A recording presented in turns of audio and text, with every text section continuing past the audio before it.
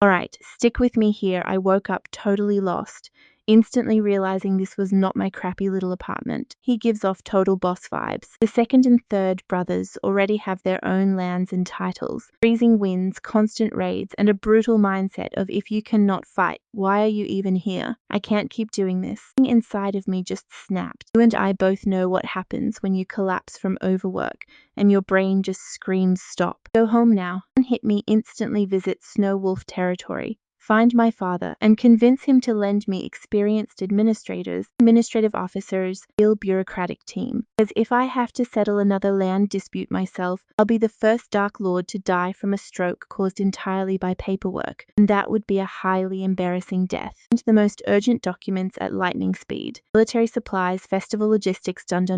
Then I pulled the bell cord. Me, Lane, and Martin. They appeared instantly, giving 2 formal salutes. Wasted 0 time. Gentlemen, our military structure is solid, built something real. Winning this territory relies entirely on me, caffeine, and pure spite. They say the kingdom's finest knights are born in the capital, but they are forged right here in the north, and all 3 are running dangerously low, gestured to the mountain of paperwork like it was crime scene evidence. I'm returning to Snow Wolf territory with 2 goals. First, secure administrative staff from my father, experienced officials who can run things without their lord having a complete mental breakdown, into supplies and recruit settlers for the spring planting. Then I stared directly at Martin. While I'm gone, you are the acting governor. The man stared at me like he'd won the lottery and been struck by lightning. You can easily picture his face of absolute shock. He was speechless, and I gave him no time to react. Winter is coming. Yeah, I know how that sounds. Finish the shelters in every village before the deep freeze hits. Roofs finished, walls up, 0 exceptions. Death, it's on us. Priority 2, clear agricultural land. Those new mines Lane discovered deep in the Orc territory. In preliminary exploration and set up basic extraction. 3 tasks are 3 pillars of survival. Those arrogant royal knights arrive thinking they are invincible, but leave humbled once the Northmen brutally crushed their pride. Shelter, food, and resources in that exact order. What are the most critical tasks in our entire domain right now? And dropped to his knees, fist slamming his chest. Boom. From fear, but from the massive weight of this responsibility. He knows his place in the hierarchy. Peak silver rank, strong, loyal, and experienced. Standing next to Lane and 10 gold rank warriors, single candle next to 10 blazing suns. Feels it daily. I never treated him as inferior, because he isn't. Him is my sword, and Martin is my foundation. Swords win battles, but foundations win wars. Now I handed him the keys to the entire territory, showing my complete trust. Level of absolute faith from a lord to his subordinate, in a world full of paranoia and strict hierarchy, is worth far more than gold, more than promotions or raw power. He would already die for me, but today he'd do it twice. That's just how it is. I'm heading home to recruit administrators from my father. Martin manages the territory while Lane keeps watch over the realm. Now pay close attention because my brand new territory, Kangland, sits right on the edge of this danger zone, and somewhere in Shattered Thorn Valley, 200 goblins are busy doing what they do best, breeding like crazy to serve as combat practice for my troops. Everything is set, the machine is moving, and final piece left, who actually loves paperwork. I would rather fist fight a gold rank troll than read another tax report. Mathematically calculated which option would hurt less. The troll wins by a landslide. Ordered Martin to stand up, calm down, and coordinate with the castle butler.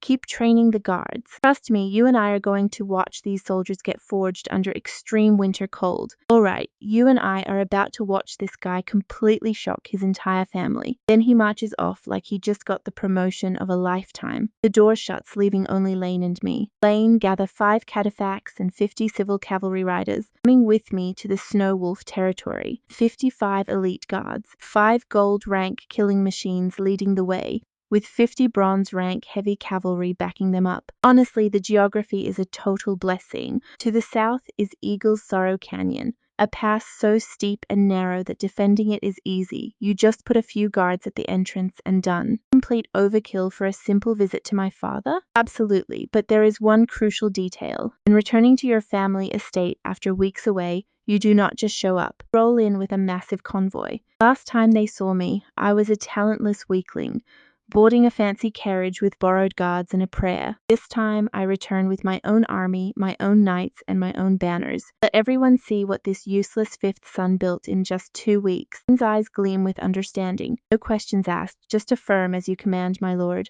A fist to his chest and he is off. His response is faster than my system loading screen.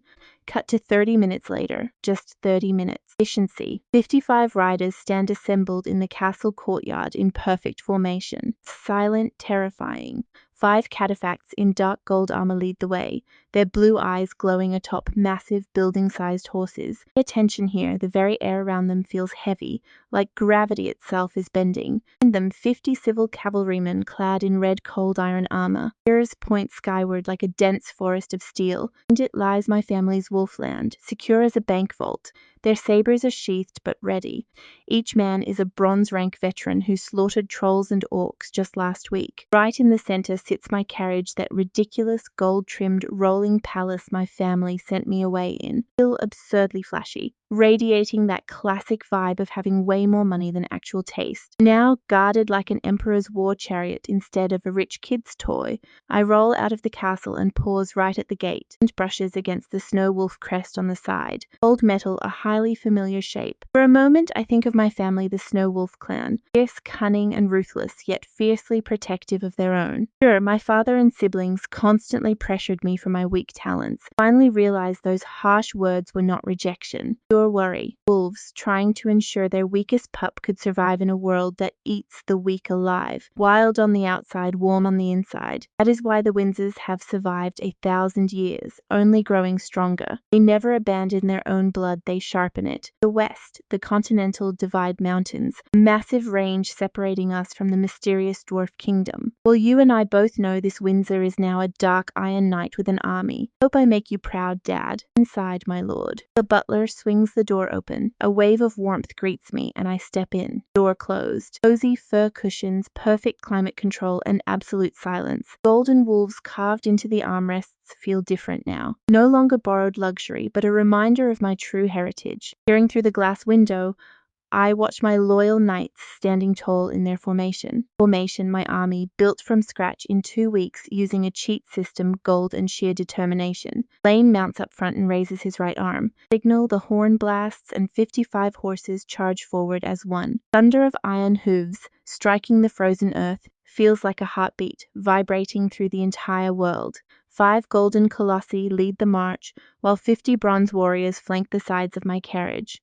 A trail of snow kicks up behind us like a pursuing white dragon as we pass the gates toward the southern highway. Dangerous, absolutely, but packed with rich minerals. It is my ticket to becoming a multi-millionaire. Road to the wolf territory is completely cleared by my own guard patrols. A mile brings me closer to home. Leaning back against the snow bear pelt, I watch the frozen wastelands fade away outside my window. Exact same path I traveled weeks ago. Terrified, insecure, and marching into the unknown with borrowed gear.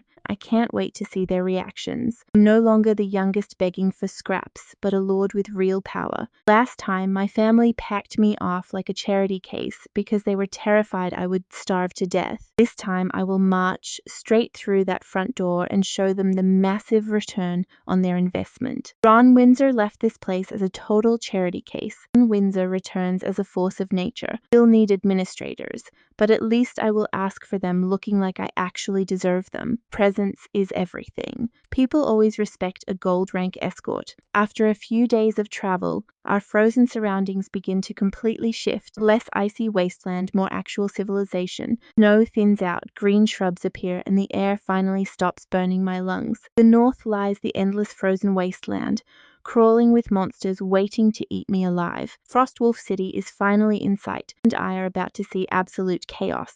Come along with me, because after weeks in a ruined border castle surrounded by freezing mud, coming back to this place feels entirely different.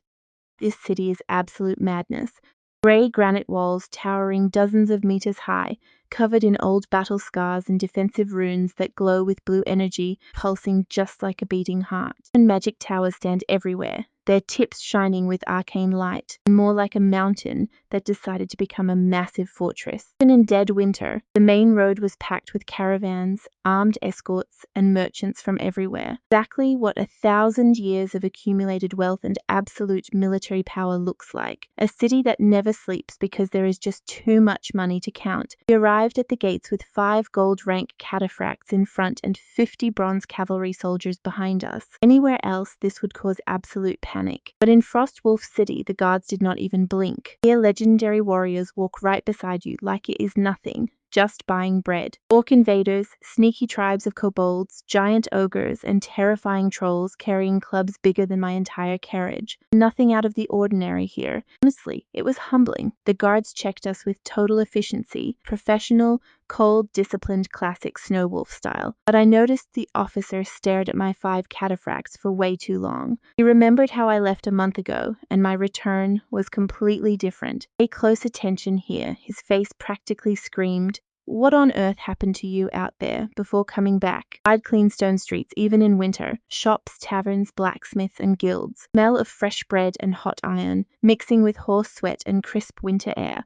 People bundled up in furs, moving fast, living their lives in a city that has flourished for an entire millennium. Wolf patrols everywhere, fully armed and alert. Every now and then, an elegant mage or a show-off noble strutted through the streets. This city has levels: wealth, power, magic, and military, all stacked like a costly and very dangerous cake. The closer we got to the center, the grander everything became. The 4th, Leon, studies at an elite magic academy like some wizard school, and me, just little Ron. All of them are lurking hungry. But the east is peaceful. My grandfather, the Grand Duke's territory, is right next door, until we reached the inner wall, built of even more colossal grey stone, where the proud banner of the Windsors flew high. Silver wolf howling in the blizzard, my family crest. Lane stepped forward to show my identity token to the commander, inspected it carefully, then looked at our formation. His eyes locked onto the 5 cataphracts and did not budge. The look on his face was priceless, a perfect mix of deep respect, disbelief, and absolute shock at what the 5th son was bringing home. The gates swung open, welcoming us to a courtyard filled with pines and ice sculptures. Stopped right in front of Snowwolf Manor, my family home. I know what you are thinking, and yes, it makes my castle look like a shack. The old butler waited outside with the servants. As I stepped out of the carriage, his eyes widened for a split second. First pure shock, then warm welcome. "Come home, 5th young master?" The count is waiting in his study. Me, Lane, and the cataphracts stood like gold statues. 5 gold rank auras heavy in the courtyard air. Servants tried acting normal next to powerhouses capable of leveling a whole city block. Cousin, another border baron, is my immediate neighbor, and I just passed through his lands. "Take me to him," I told them, calm and steady as if I had done it 1,000 times. Let me describe this place, because the Wolf Fortress deserves its own introduction. Not just a castle, the monument built of ash and obsidian, stone harder than steel mined from the north, with walls so thick they block the sky. Every surface is covered in ancient defensive runes that glow in blue and pulse like living veins. The whole fortress is wrapped in a magic barrier reinforced by generations of family mages. 6 massive magic towers ring the outer perimeter. One is a level 6 combat facility, built with mithril alloy and obsidian, fully loaded with complex arcane circuits. Their tips are crowned with elemental crystals that constantly absorb raw ambient magic. The space near those towers actually warps because of the extreme magic density. Any intruder drawing near would face enough fire to be erased from existence. The best part, legendary towers in the center. Uncle Andre's Frost Raven Fortress is the main defense line. Anything goes wrong, I call for help, and an Imperial army arrives. First, my mother's Frost Moon Tower is slender, elegant, and looks as if it were carved directly from moonlight. It glows a silvery white, with star runes surrounded by freezing air that bends sunlight into sparkling rainbow dust. Beautiful and absolutely terrifying. This tower represents my mother's power as a half-step Lord rank mage, 1 step below legendary tier. She could freeze your soul into art. Tower 2 is the crown of eternal winter, belonging to my grandmother. Massive, towering, made of dark blue magic crystal, and covered in frost that never melts. And trust me, you and I will never forget seeing that floating crown of ice shining bright blue every single night. Come with me to see this tower that controls the weather, making it snow 100 meters out, even in summer. Sheer pressure makes your soul tremble. My grandmother is a grand mage, the absolute peak of the entire Northern Kingdom. That tower is no home, it is a strategic weapon. Nobody sane has ever dared attack the Snow Wolf territory. Legendary towers, and two women standing at the absolute peak of magical power. The strategy here is obvious. We'll build a fort in that southern canyon. Mother and grandmother are the true heads of the family. Yes, I come from this incredibly savage bloodline. Fortress wrapped in ancient magic, guarded by 6 massive towers of war, and by 2 mage queens and a terrifying army. Yet the youngest of this family was seen as the ultimate disappointment.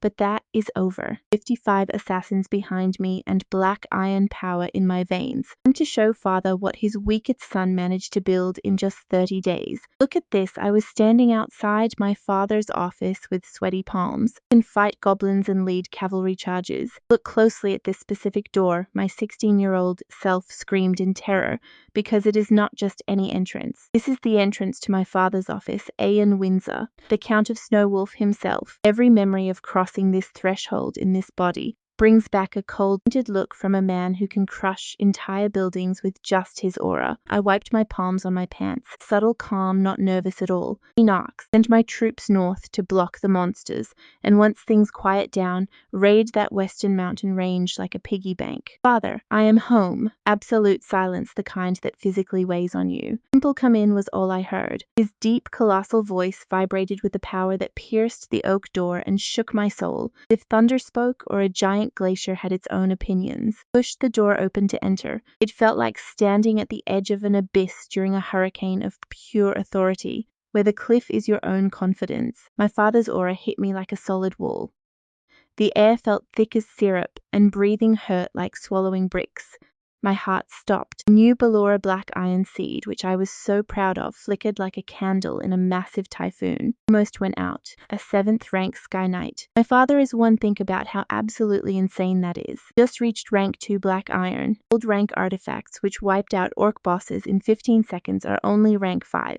And my father is rank 7 without even trying. He is just sitting there signing documents, but his sheer presence is enough to mentally crush any lower ranked knight. I know what you're thinking, but Kangland was not abandoned. The last fool who tried to develop this place. I know what you are thinking, but I have to ask this man for help, while my knees shake. Zero pressure.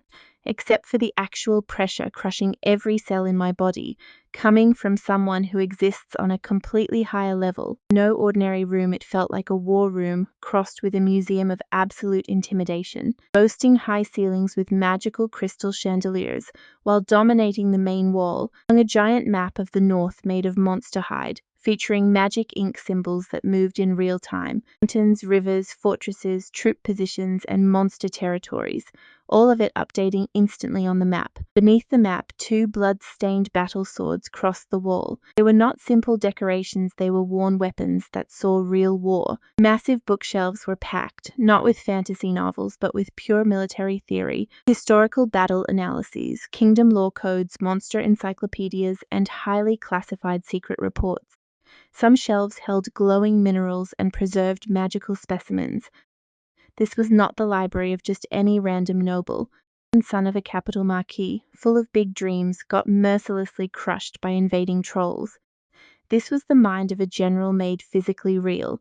In the massive obsidian desk sat my father, Aeon Windsor, wearing a ceremonial grey suit with a Snow Wolf King fur cape, not even bother to look up at me, writing notes on his documents using a fine mithril pen embedded with small glowing sapphires, so relaxed and indifferent as if his youngest son had not just arrived with 5 gold-ranked knights in the courtyard. His presence, my goodness, how imposing. Not giant or muscular like my older brother Carlos. Sitting right there, he became the center of gravity for the entire room.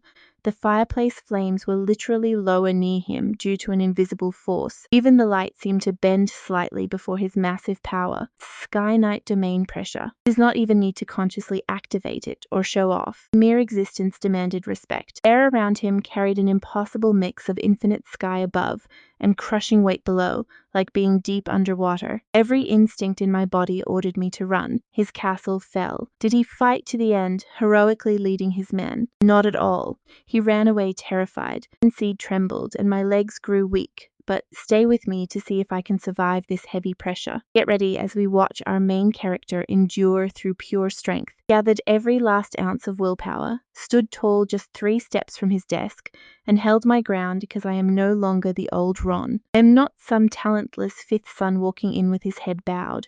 I am a lord. I have land, an army, a system, and I killed the gold-rank troll boss. Well, my men did it, but it is my army, so it counts. I reached Black Iron with pure empire-building strategy. I refused to bow to my own father, no matter how much my body is begging me to. Stood there in silence, waiting with a steady gaze and locked knees out of pure stubbornness. My father kept writing.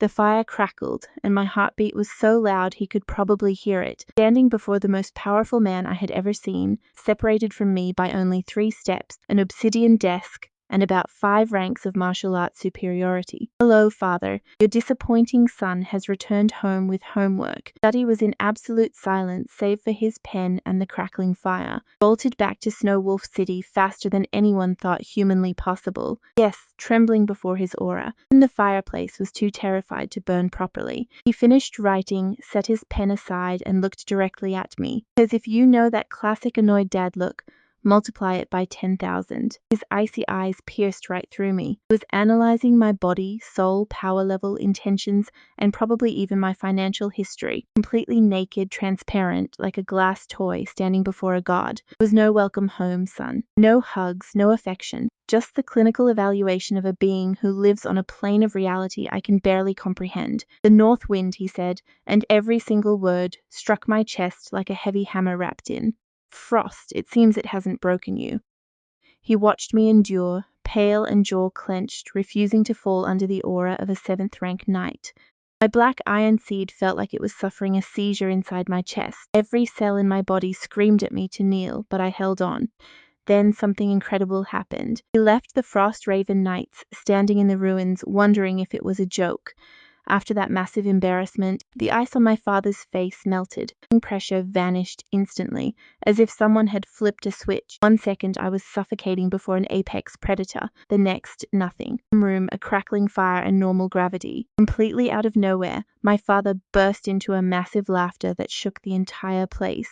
His eyes shifted from an icy tundra to glowing pride in half a second. And change left me totally dizzy. Good. He slapped the desk and leaped right over it. He moves like a panther when approaching. Those blue eyes were shining now, scanning me from head to toe as if I were the greatest gift he had ever received. That is my wolf pup. 1 month. In just 1 month you conquered that frozen hell, killed monsters, and reached Black Iron. Well done. Excellent. His massive hand slammed down onto my shoulder. I almost face planted, but trust me, that overwhelming force was far from a punishment. All right, let's dive into this family reunion where a terrifyingly strong dad tries to hide how incredibly proud he is. Everyone wonders what the 5th son does, planting flowers in the garden. I trained hard since childhood, but my body never responded. My uncle Andre cleaned up the mess, rescued refugees, and gathered 10,000 people. He knew about my 10 mysterious gold-rank knights and the 10,000 settlers appearing out of nowhere. Secret reports told him about my rapid military growth and monster hunting, yet he never asked how I did it. In this family, everyone has secrets and strokes of luck. What matters is not where your power comes from, but how you use it. My father watched a useless son leave and return just 1 month later as a powerful feudal lord with his own army. That was all he needed to know. Questions would come later, or never. He is a Windsor, after all. Windsors do not interrogate their own blood. They observe, evaluate, and decide if you are a wolf or a sheep. Phew! The heavy pressure lifted. I gasped for air, sweat dripping down my temples as my trembling legs barely held me up. Still, I could not help but smile like an idiot. Sure, I am technically a 30-something transmigrator with a cheat system and an army, but hearing my father say well done with that look in his eyes, it honestly felt completely different, pierced right through to my 16-year-old self, who had watched his brothers receive praises while he only got heavy sighs, plus selected settlers from his lands. He moved them here and left 10 silver rank knights guarding everything until I arrived. The side of me that only wanted to make him proud. "I'm back. You did well." Another heavy pat on the shoulder, but this time I braced myself. "The nonsense, kid. You did not travel with gold rank escorts just to see me. What is it that you need? Speak up and stop playing games. I can tell you are bringing trouble just by how you move." "Charming as always, Dad. Nothing gets past you, and I need to watch closely as the Kanglin domain thrives and our borders are finally secured. With the army ready and monsters slain, other issues are piling up. Counting on my fingers, first comes the people. Come with me here. 20,000 people sounds huge, but to clear lands, roads, and walls, it is not enough. I need to buy a massive number of servants, as many as possible. Spring sowing demands so many hands. And second, the food, winter reserves and spring seeds. There is a massive deficit. What I produce and plunder is not enough for this many people and the army. Third, and this is seriously killing me putting on my most pathetic face, I do not have a single administrator. Thanks, Uncle. You are the best. Not even one. Every dispute, tax calculation, construction permit, and supply request ends up directly on my desk. I'm doing it all myself. I need officers, administrative agents, governance specialists, and tax experts people to run the territory so I do not drown under a mountain of paperwork. Me some talent. Father stared at me with the cold intensity of a highly disappointed deity. Come here and instantly demand administrators, governors, and tax officials, and all of them top tier. You think qualified bureaucrats grow on trees? It takes me a whole year just to train a few talented ones, and you want to just walk in and take them. Well, the Snow Wolf Academy, I play my trump card with a hopeful smile. Grandfather's elite institution, the best breeding ground in the north. Surely you have some spare graduates. Will not even be noticed. Dad laughed and yelled that talent is precious and it definitely would be noticed.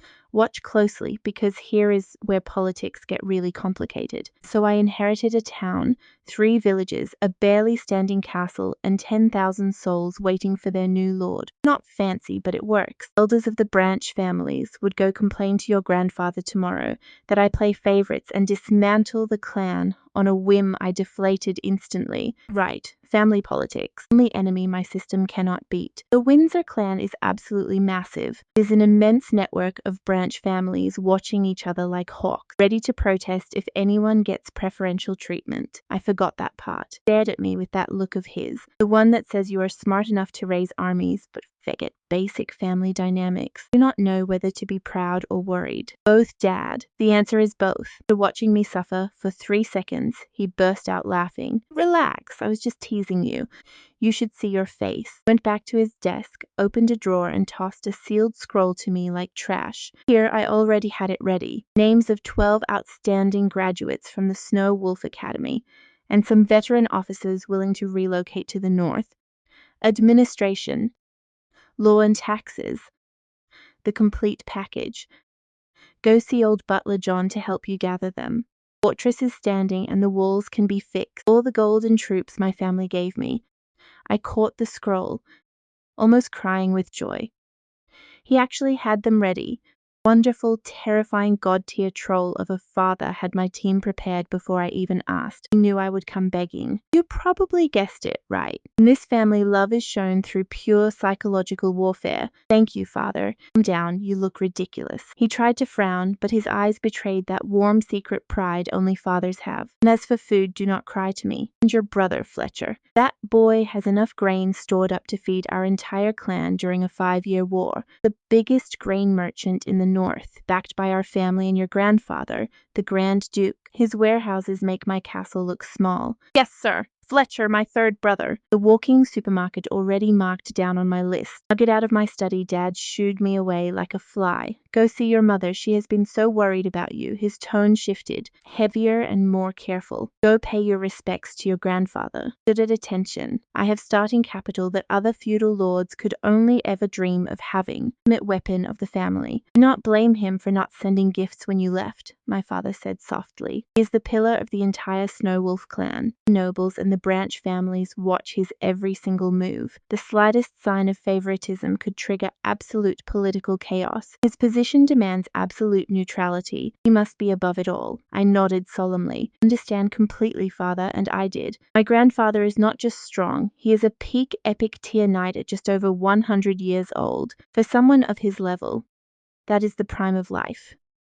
Royalty and the powerful fear him because he could reach legendary rank at any second. If so, he would be the first legendary knight outside of royalty and the 5 founding dukes in the history of the kingdom.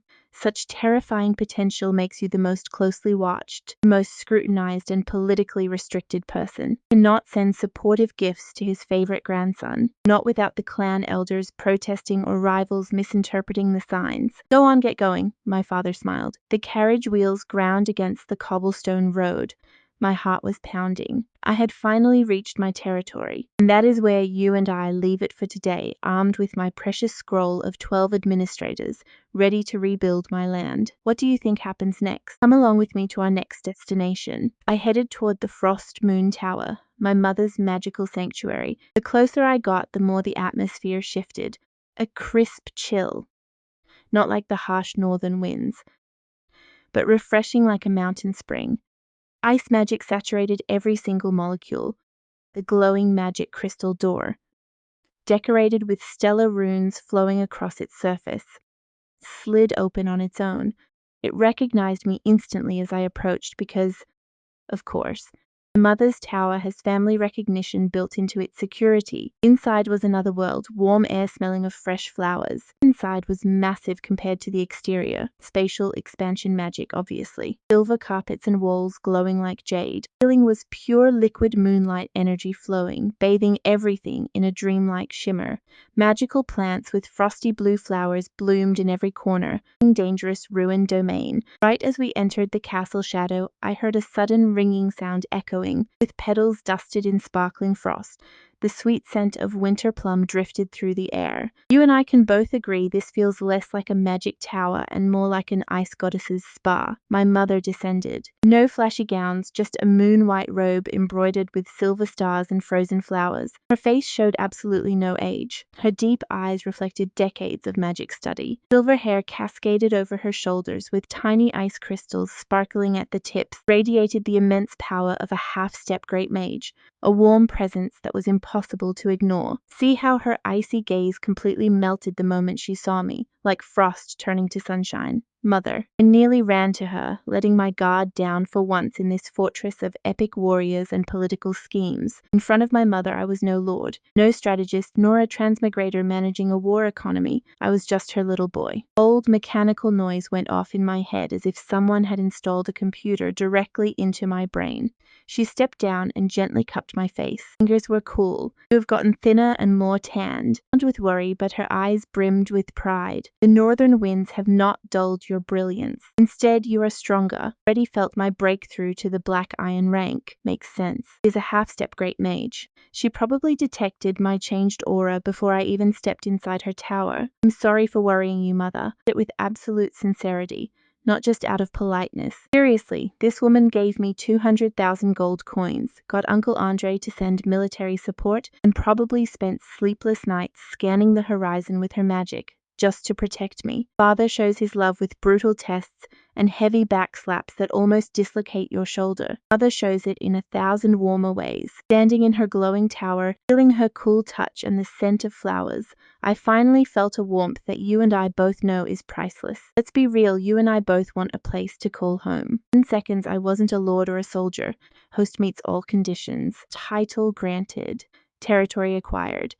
System activated. Full administrative permissions initiated immediately. Was a son missing his mother, though I also had to ask her for money. Ruined the vibe, but that was a problem for 5 minutes from now. She sat me in the coziest corner, complete with bare fur chairs and a tea table carved from freezing jade, drinking a tea that was definitely not normal. One sip and all my exhaustion completely vanished. It tasted like frozen plum with a magical warmth hitting my bones. Mage tea, do not ask how it works. It is just magic. Your father told me everything, Mother said, sliding the cup closer. Did wonderfully, wiping out threats and expanding your borders. Did not even ask about the 10 gold rank knights.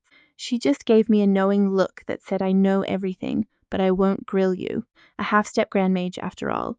She could scan my entire land if she wanted. What do you need, dear? And everything. Father manages the administrator's 12 trained people. Fletcher handles the food, but we are desperately short on staff. 0 talent. My father looked at me the way a boss looks at an intern who just broke the printer. Data pack 1 successfully delivered. Suddenly, all outside noise vanished, completely replaced by that mechanical voice in my head. I need laborers fast, and I don't have the connections to gather thousands of people on such short notice. Mother smiled with a look that said, I'll solve this before you even finish speaking. Leave it to me. And father just crushed a rebellion. Tons of prisoners and displaced refugees. Nowhere to put them. I will tell him to send 5,000 straight to Kanglin. They are a reliable workforce. No background checks needed. Moon Company merchant caravans will handle the transport. 5,000 free workers. Bowed so low my head almost touched my knees. An incredible ally we have, guys. You, Mother. Silly boy, sit down. She brushed me off like I was being dramatic, and honestly I was. Come along with me, because 5,000 free settlers deserve some drama. Mother is always your biggest supporter, no matter what. She took a sip of tea, watched the falling snow, and added something with a sweetness that hid razor-sharp blades. And is building an empire on the frontier. Least his mother can do is clear away a few obstacles. Now I have a system, a literal cheat code, game menu and a starter pack function. 2,000 servants who are barely worth the trouble. And right then was when I truly felt it. Beneath that sweet voice, the flowery tower, and the soft moonlight, my mother is a weapon. A massive trading company, leads a legendary magic tower, and can rearrange 5,000 human lives with just a flick of her finger and a telepathic message. Soft exterior is real, but so is the cold iron inside her. We talked for a long time after that. Me about everything, daily life, battles, the frontier, what I was eating, and if I was sleeping enough. Typical mom questions, the kind that make you feel like a kid again,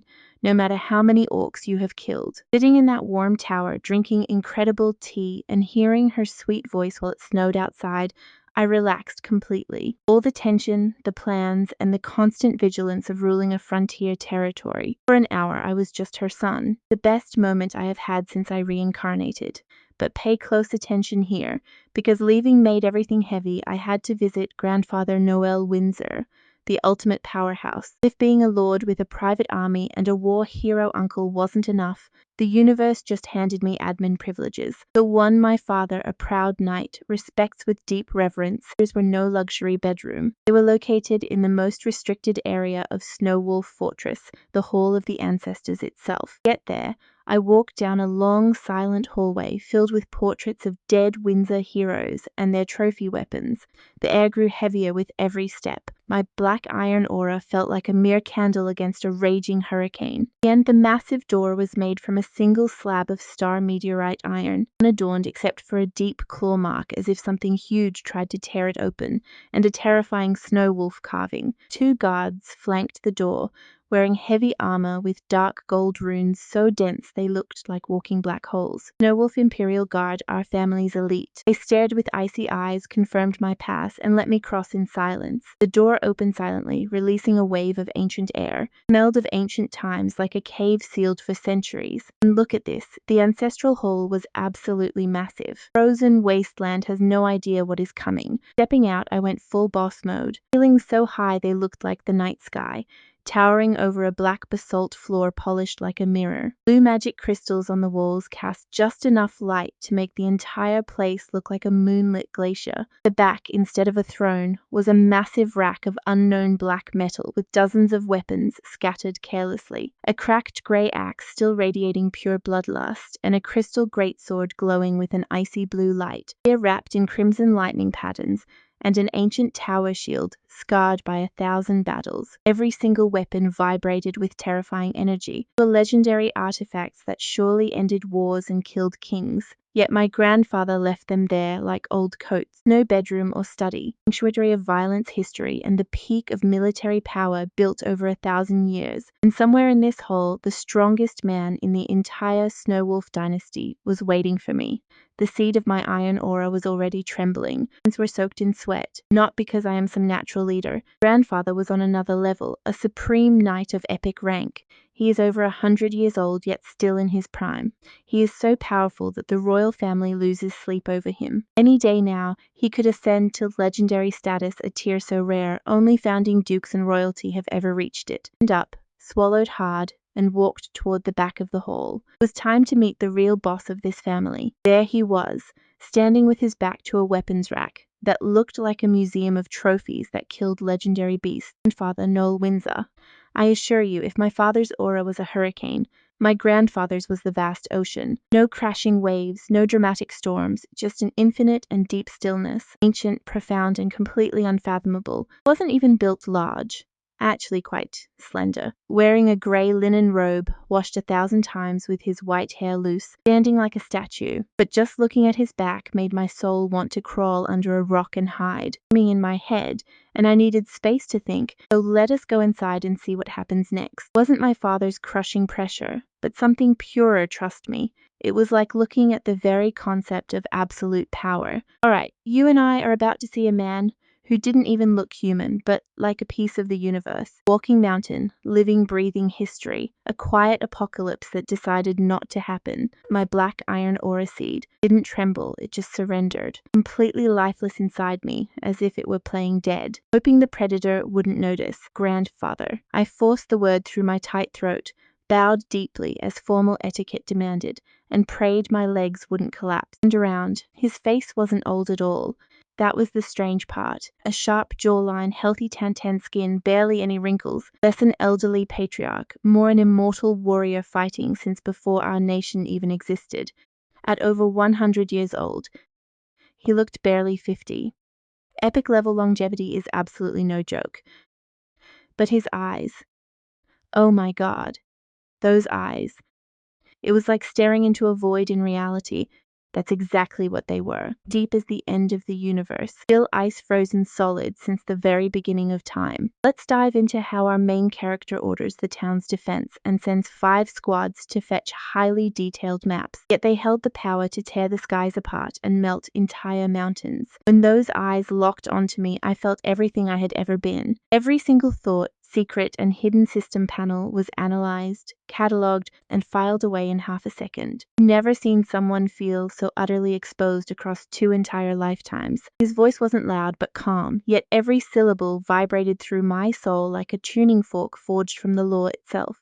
You went to the border. Not a question, but a statement. He already knew. Yes, grandfather. I'm developing the Kanglin domain. Kanglin domain. He repeated it as if weighing a heavy stone. Frozen wasteland. Monsters everywhere. Trolls, orcs, goblins, and worse.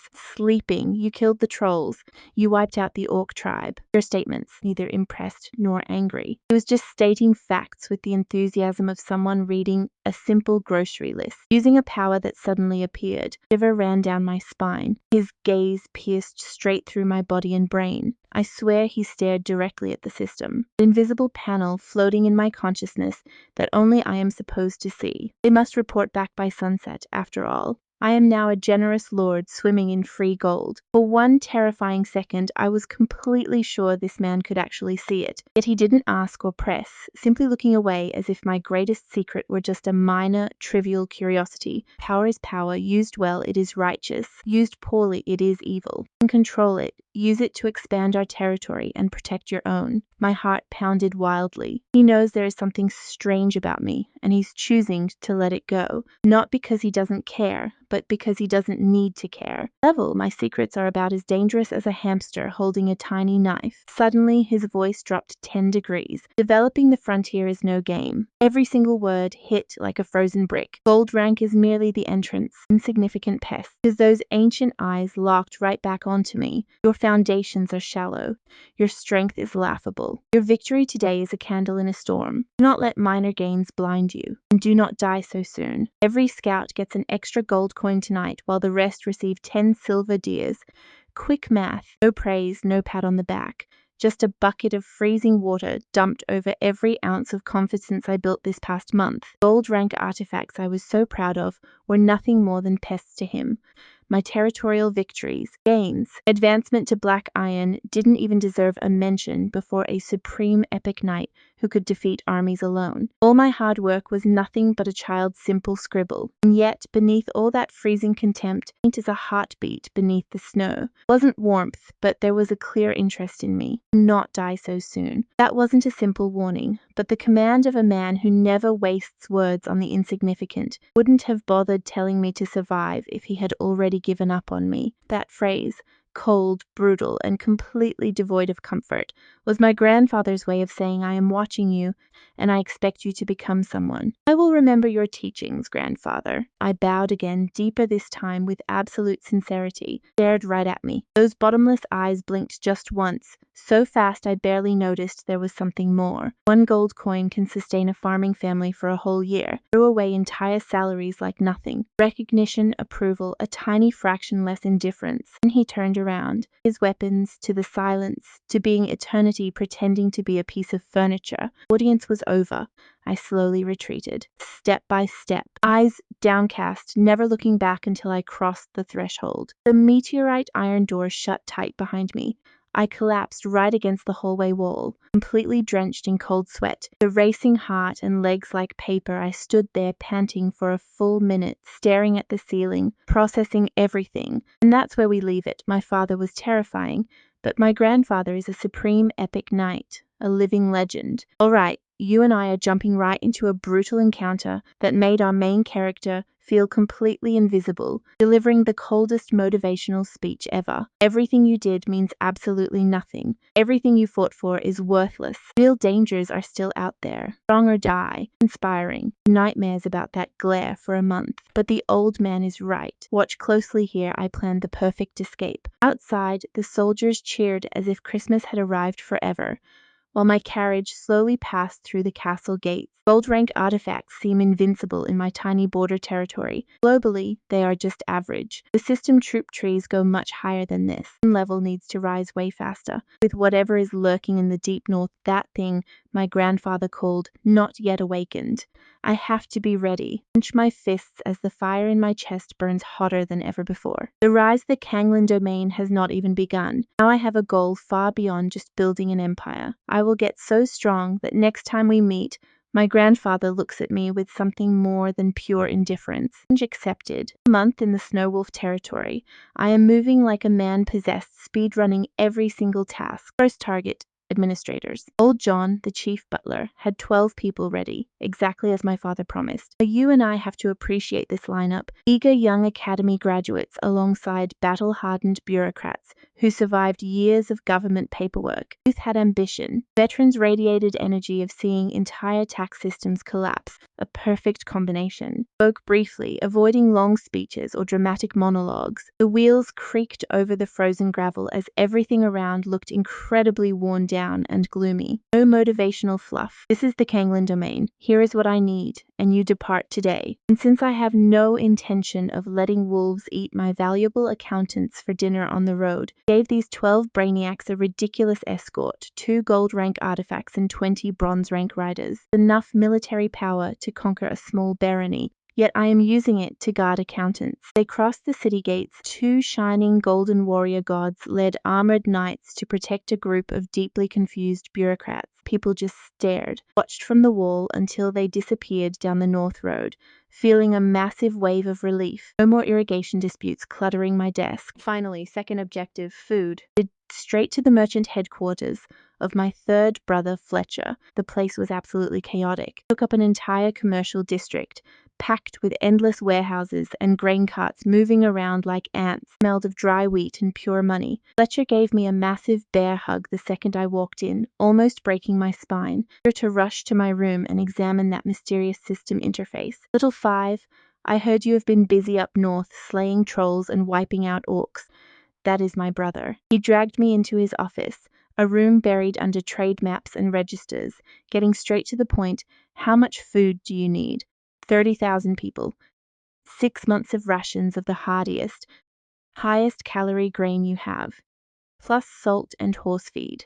Fletcher raised his eyebrows. 30,000 for 6 months, you greedy kid. And he smiled wider than ever and said, I love it. You are going big. We'll give you fresh northern black rye, frost oats, and high-altitude chickpeas, perfect fuel to survive extreme cold. Best mineral salt, soy cakes, and dry alfalfa for horses.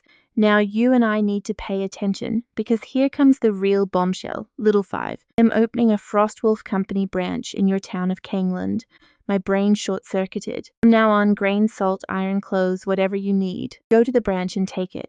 The price. Leaned in with the smile of a man who is about to change your life at cost price. Family does not profit off family. Credit and pay me back once your territory prospers. Yes, wholesale cost. But that plan lasted barely 3 seconds as the 10 knights in the courtyard suddenly moved in perfect unison. Standard price of grain in the north is 6 to 8 gold coins per ton. Fletcher offered was basic production and shipping cost, about 2 to 4 gold per ton. He cut my food expenses in half with open credit. No simple discount. It was an economic lifeline, a permanent supply chain at prices that would make other feudal lords weep with envy. Brother, I do not know how. Shut up and just succeed already. Delivered a heavy slap to my back that would definitely leave a mark. Grow that territory. Further your roads go, the further my trade routes advance. We both win. The guy is a genius. He is not just helping out his little brother. He is investing in a future trade corridor into unexplored northern territory. Brilliant business mind mixed with genuine brotherly love. Fletcher might actually be the most terrifying Windsor of all. Within days, a massive caravan loaded with grain, salt, and feed departed under heavy guard. Watching that convoy stretch out toward the horizon, something I hadn't experienced in weeks' safety. My people wouldn't starve. That alone made this whole trip worth it. Their heavy armor gleamed under the snow. Without a word, 10 figures marched toward my carriage and knelt like synchronized thunder. Third task, population. And trust me, while I was running through town, my mother was already executing her master plan. Come along with me and watch how she sends a magic message straight to the Frost Crow Grand Duke. Simple, clear, and impossible to refuse. Your grandson needs workers, and you just ended a war. Tons of prisoners with nowhere to go. Send them. The Grand Duke, leader of the kingdom's most feared army, who makes strong men tremble just by clearing his throat, listened to his talented daughter and agreed immediately. His even terrifying warlords have a soft spot for their own children. The military machine shifted from active combat to logistics in just a few days. 5,000 people captured enemies, refugees, and workers marched in columns, escorted by the elite Grey Falcon infantry. Each column was assigned guides and medics for the long trek across the frozen wasteland. Center, a magically heated carriage carried the envoy bearing Mother's personal Frost Moon crest. Frost Knight Order, 1st Battalion, a magical crest that basically warned, these people belong to my son. Touch them, and my half-step Mago's daughter will freeze your entire bloodline. This grey river of 5,000 people stretched out for miles, marching north under the Frost Crow banners. Down at the base, Martin had already received Mother's warning. He was fully prepared, clearing land, building emergency shelters, and stocking up on food and firewood. Now watch the horizon. Column appears, and everyone celebrates that Lady Windsor's reinforcements finally arrived. Martin's guards lined up at the camp entrance, fully armored, disciplined, and incredibly imposing. Not to threaten them, but to show that there is order, strength, and that they are finally safe. Envoy stepped down, handed over the Frost Moon crest, and finalized the transfer. Martin accepted it respectfully. 5,000 pairs of hands ready to dig mines, clear fields, build walls, and harvest crops. The newcomers entered exhausted and terrified, but the soldiers processed them firmly and fairly. 3rd Company, 7th Squad, reporting. Greetings to Lord Ron. And froze on the door, it is the legendary Frost Knight Order. They counted them, assigned shelters, and best of all, gave them a hot bowl of thick meat soup. Bet you and I felt that same massive relief. Shivering people hold that warm bowl and realize with the first sip that this lord is not a monster. Maybe we will survive. 5,000 new citizens brought through the frozen wastes by Mother's invisible influence, all organized by the Duke's army, received by Martin, and funded by family love and mutual self-interest. The results of the trip, 12 elite administrators on the way and 6 months of food for 30,000 people. Permanent supply chain established through the Fletcher Trading Company. 5,000 settlers arrived, and I got Father's approval. Mother's full support is locked in, and Grandfather grandfather's terrifying warning is carved into my soul. I'm home as a lord begging for help, and I leave with everything I need. Phase 2 of Kanglin starts now. To explain my sudden mental shock, my grandfather, the Grand Duke of the Frost Crow, commands 5 elite knight orders. The night before leaving, I stood by my bedroom window, staring out toward the north of Kanglin. In my hand, I held a black jade amulet, my mother's parting gift. Frost Moon amulet carried defensive magic and her magical signature, essentially a panic button saying, "My mother is a half-step Magus Lord, and she will find you." Others are truly one of a kind, even in fantasy worlds. Lane, helmetless for once, showed a young face that looked like it had aged 5 years from recent combat. "Everything is ready, my lord. Supplies are loaded and horses are prepped. Martin reports the 5,000 settlers arrived safely." Excellent. Staring north, then asked a question I probably should have kept to myself. "Think we have done enough? Does what we built actually matter?" He went silent, then replied, "My lord, we killed gold rank bosses, cleared the land, built an army, and secured elite administrators with 6 months of grain. Order of the Flying Tiger Knights is much stronger than before, and the Frost Knights are one of them, easily matching the 3 strongest orders of my father's house. The Snow Wolf territory, Kangland is no longer a hopeless frontier experiment. It is a sharp sword that has barely shown its edge," I whispered. Turned around, looked at Lane, then glanced deep inside the castle, where the magic barriers grew dense and the air itself felt heavy. The Hall of Ancestors waited like a sleeping dragon. Lane followed my gaze, and I noticed his subtle nod. "You are going to see him again," he said. It was not a question. Yes, Lane felt grandfather's aura on our last visit, and that is where we leave it. Imagine feeling pressure so heavy a gold-rank knight feels triple gravity. Come with me to see this. He knew what I was up against. "There are mountains we must climb," I said, squeezing the amulet.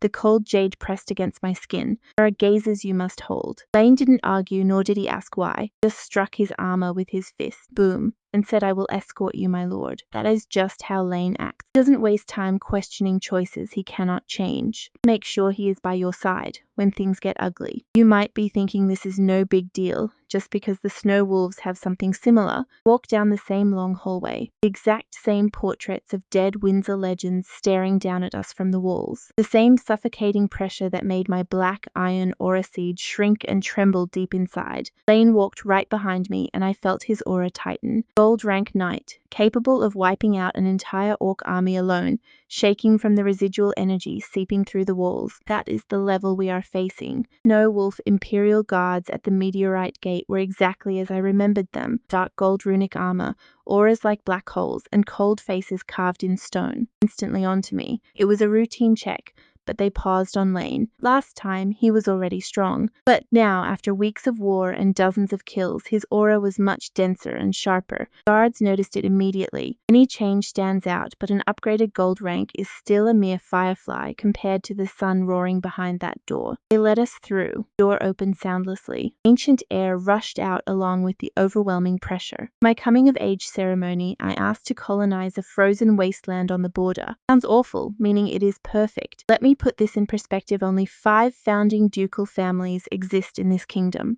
They are the true rulers. Now pay attention here. That pressure hit us like a tidal wave of pure killing intent.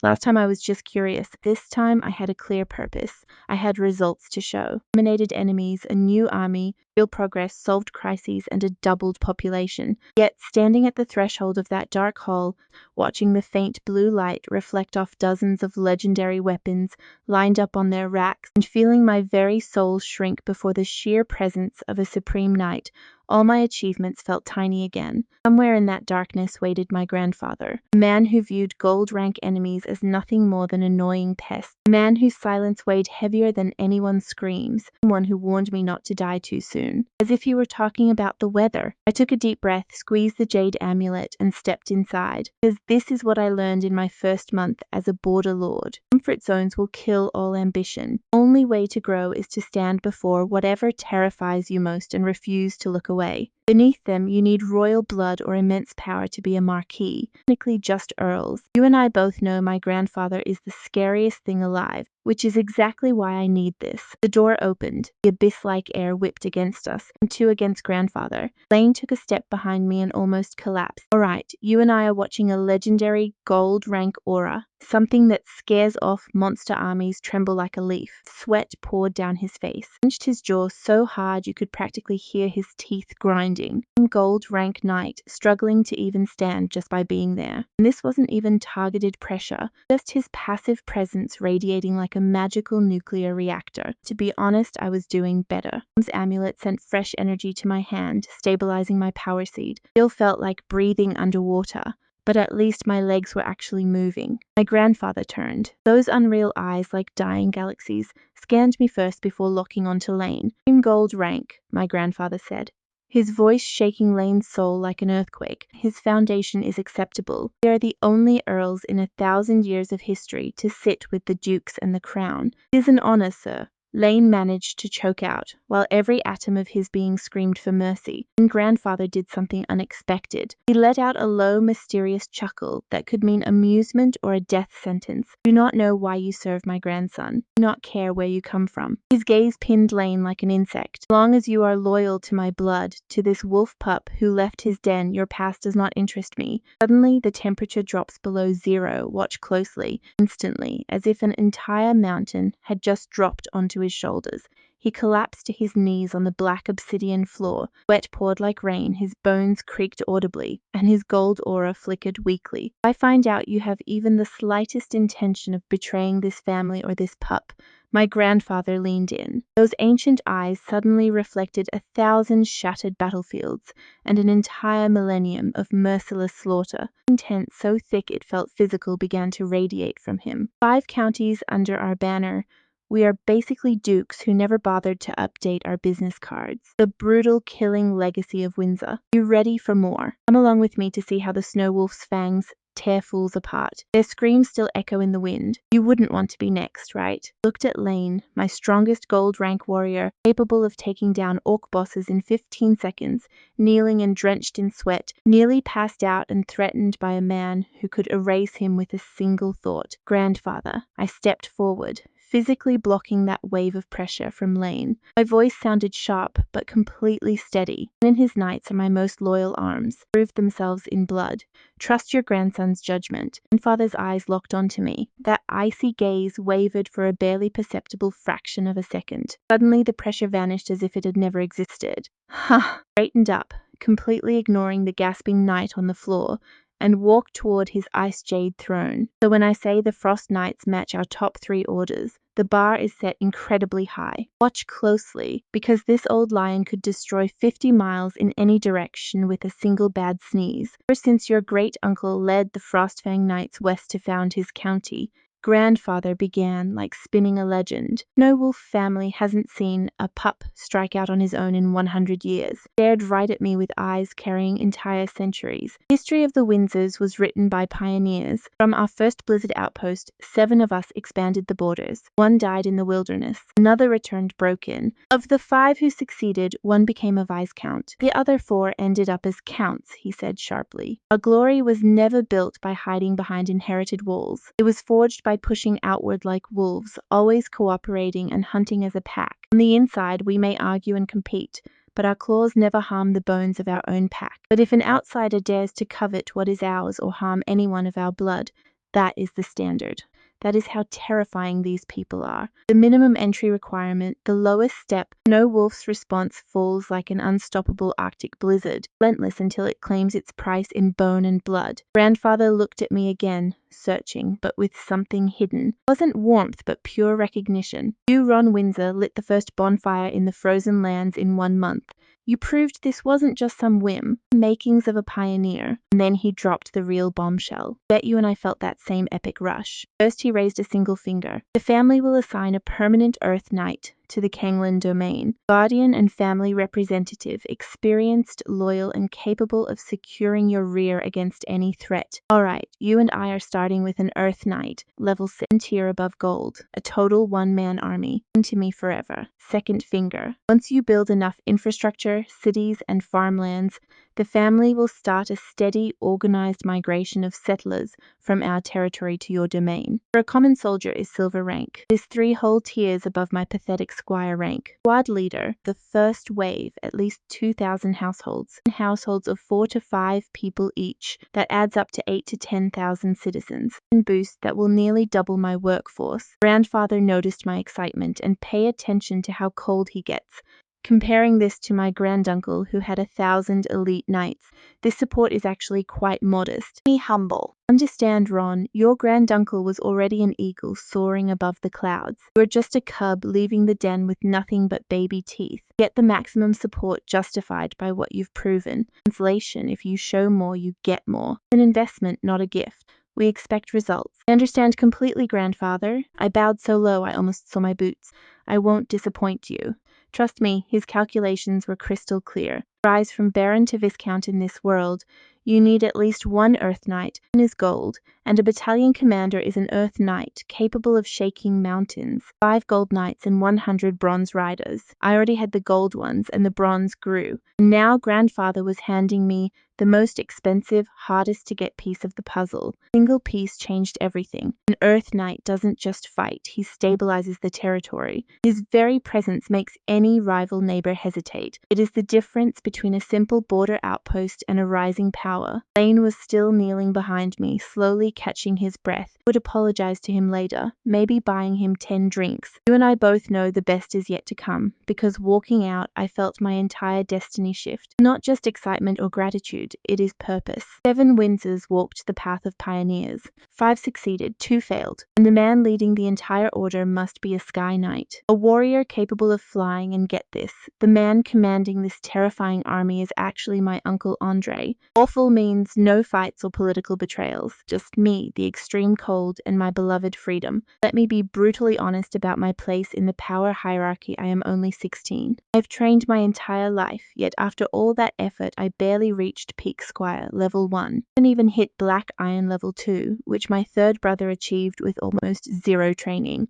I am quite literally the weakest person in my entire family, the absolute bottom of the dynasty. My 4 brothers, Carlos is a born commander, Vincent is a beast in the cavalry, Leon is a grand mage, and even Fletcher the merchant outmatches me. I'm the one they send to count supplies during battle. Yet 10 silver-ranked knights, full of wiping out me and my bronze guard, without sweating, knelt as if before their king. All because of my surname, the Windsor blood, merging with the Augustus line. And when these 2 dynasties collide, it feels like the universe hands you an invincible military cheat code. Before reaching the family hall, my brothers ambushed me in the hallway like some surprise party I never wanted. Stood there on the icy stones, staring down at 10 highly lethal silver statues kneeling at my feet. The very first time, I truly understood what it means to inherit unearned power. Rise, I told them, pretending I deserved all this. I did not, but they stood up anyway. And inside my mind, the system window kept flashing,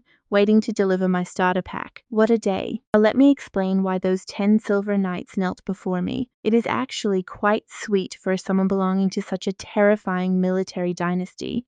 I'm Uncle Andre's youngest nephew, the literal baby of this entire overwhelming family crossover. A man who commands the deadliest force in the north has a soft spot for his little nephew. Maybe he projects his frustrated paternal instincts onto me, I do not know, but I am not complaining. The man literally sends me silver knights as babysitters. Others get nannies, I get a lethal hit squad. Their ultimate loyalty is not directed at me personally, but rather at what I represent. Carlos slapped my shoulder so hard I almost ate the carpet. Little brother, I love your initiative, he said. Union of 2 legendary bloodlines in a 16-year-old, and trust me, you need to see what comes next. Join me as we watch this guy turn into a true leader, standing in that frozen courtyard, watching warriors who could snap me like a twig.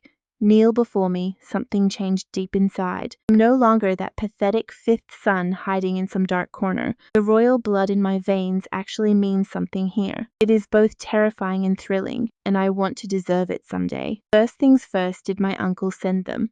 I asked, looking at their leader. The knight stepped forward, striking his breastplate with a loud clang, moving with flawless precision. Lord, Commander Andre ordered us to secure this position until his arrival. From this moment, I, Martin Thorne, and my squad are your sword and shield. Command whatever you wish. We will follow you to the death. I repeated that name in my mind. My uncle's first gift of actual power, a name I fully planned to remember. And then, right as Martin finished speaking, my system suddenly roared to life once again, and then he dropped a chest with 10,000 gold coins right at my feet. Bold text flashed directly inside my brain, like someone was writing behind my eyes. New allied unit detected. Silver rank knight, Martin Thorn. Strength silver knight, max level. Class frost knight. Specialty ice combat and extreme warfare. Loyalty is at 85. Stable built on Andre Augustus's authority. He gets 85 points from his uncle's orders and knightly code. Not because he likes me personally, we literally just met, but purely because his boss ordered him to protect me. Interesting pay, close attention to what he just discovered. This system is not just some gift dispenser. It is a people scanner, measuring loyalty like a thermometer measures temperature. No guesswork. No more wondering if he respects me or plans to sell me to the orcs. Just cold, hard numbers.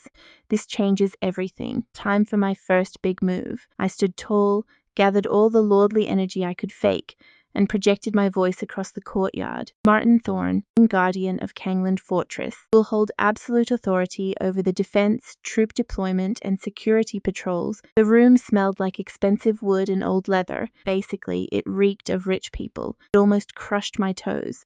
Plus 3,000 farming serfs and 100 infantry soldiers, like he was giving me candy. Fortifications, guard training, town safety, everything. I only have one requirement: this place must become absolutely unbreakable. I risked everything by granting absolute authority, handing over the keys to the entire castle. A bold play since I just arrived. Completely reckless maybe, but I had the real numbers on my side. Martin snapped his head up in shock. Weathered face, scarred by freezing storms and orc axes alike, showed genuine surprise. Then came the fire as his eyes lit up. His voice was actually trembling, not from weakness, but from pure, intense emotion. I, Martin Thorn, swear to defend Kangland Fortress to the death. As long as I stand, this castle holds. If it falls, I fall with it. My life is yours. And his fist against his breastplate boom. The 9 knights behind him roared in unison. Our lives for the Lord. Did you see that? Right then, the cold mechanical system chimed again. Loyalty increase confirmed. Martin Thorn jumped from 85 to 90 in under 30 seconds. Just because I gave him actual responsibility, that number hit me like a brutal revelation. This sacred oath was not just dramatic acting. It was completely real.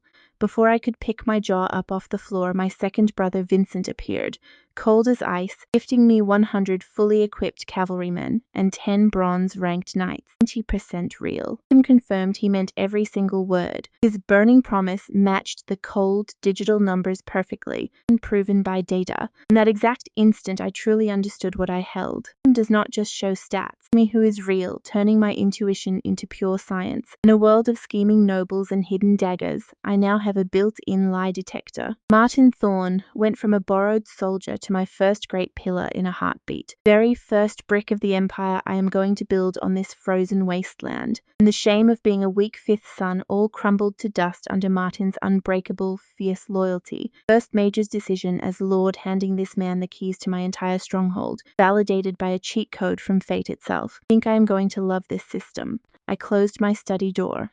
Dusty bookshelves, dim light filtering through narrow windows. My heart beat like a war drum. System whispered it into the void of my mind, like a madman talking to some imaginary friend, and answered instantly. They only obey you now, he said with the calm of someone lending you the television remote. Boom, cold, mechanical, with zero personality. 2 massive metal plates clashing in deep space. Blue text burned directly into my consciousness. Command recognized. Summoning system core. Identity confirmed. Ron Windsor. Connection active. Can you introduce yourself? Look, I read thousands of isekai web novels in my past life. I know exactly how these systems operate, but when one actually appears in your head, you are left completely speechless. Name Imperial War System. Objective: rapidly accelerate user power and territory. Ultimate goal: build an empire. Comes next is absolutely going to blow our minds. Come along with me and watch how everything completely upgrades with 2 insane newly unlocked system features. Basically, I can spend gold to transform normal soldiers into standard troops from the old Cadell Empire military. Instant gear, earn experience through battles or training,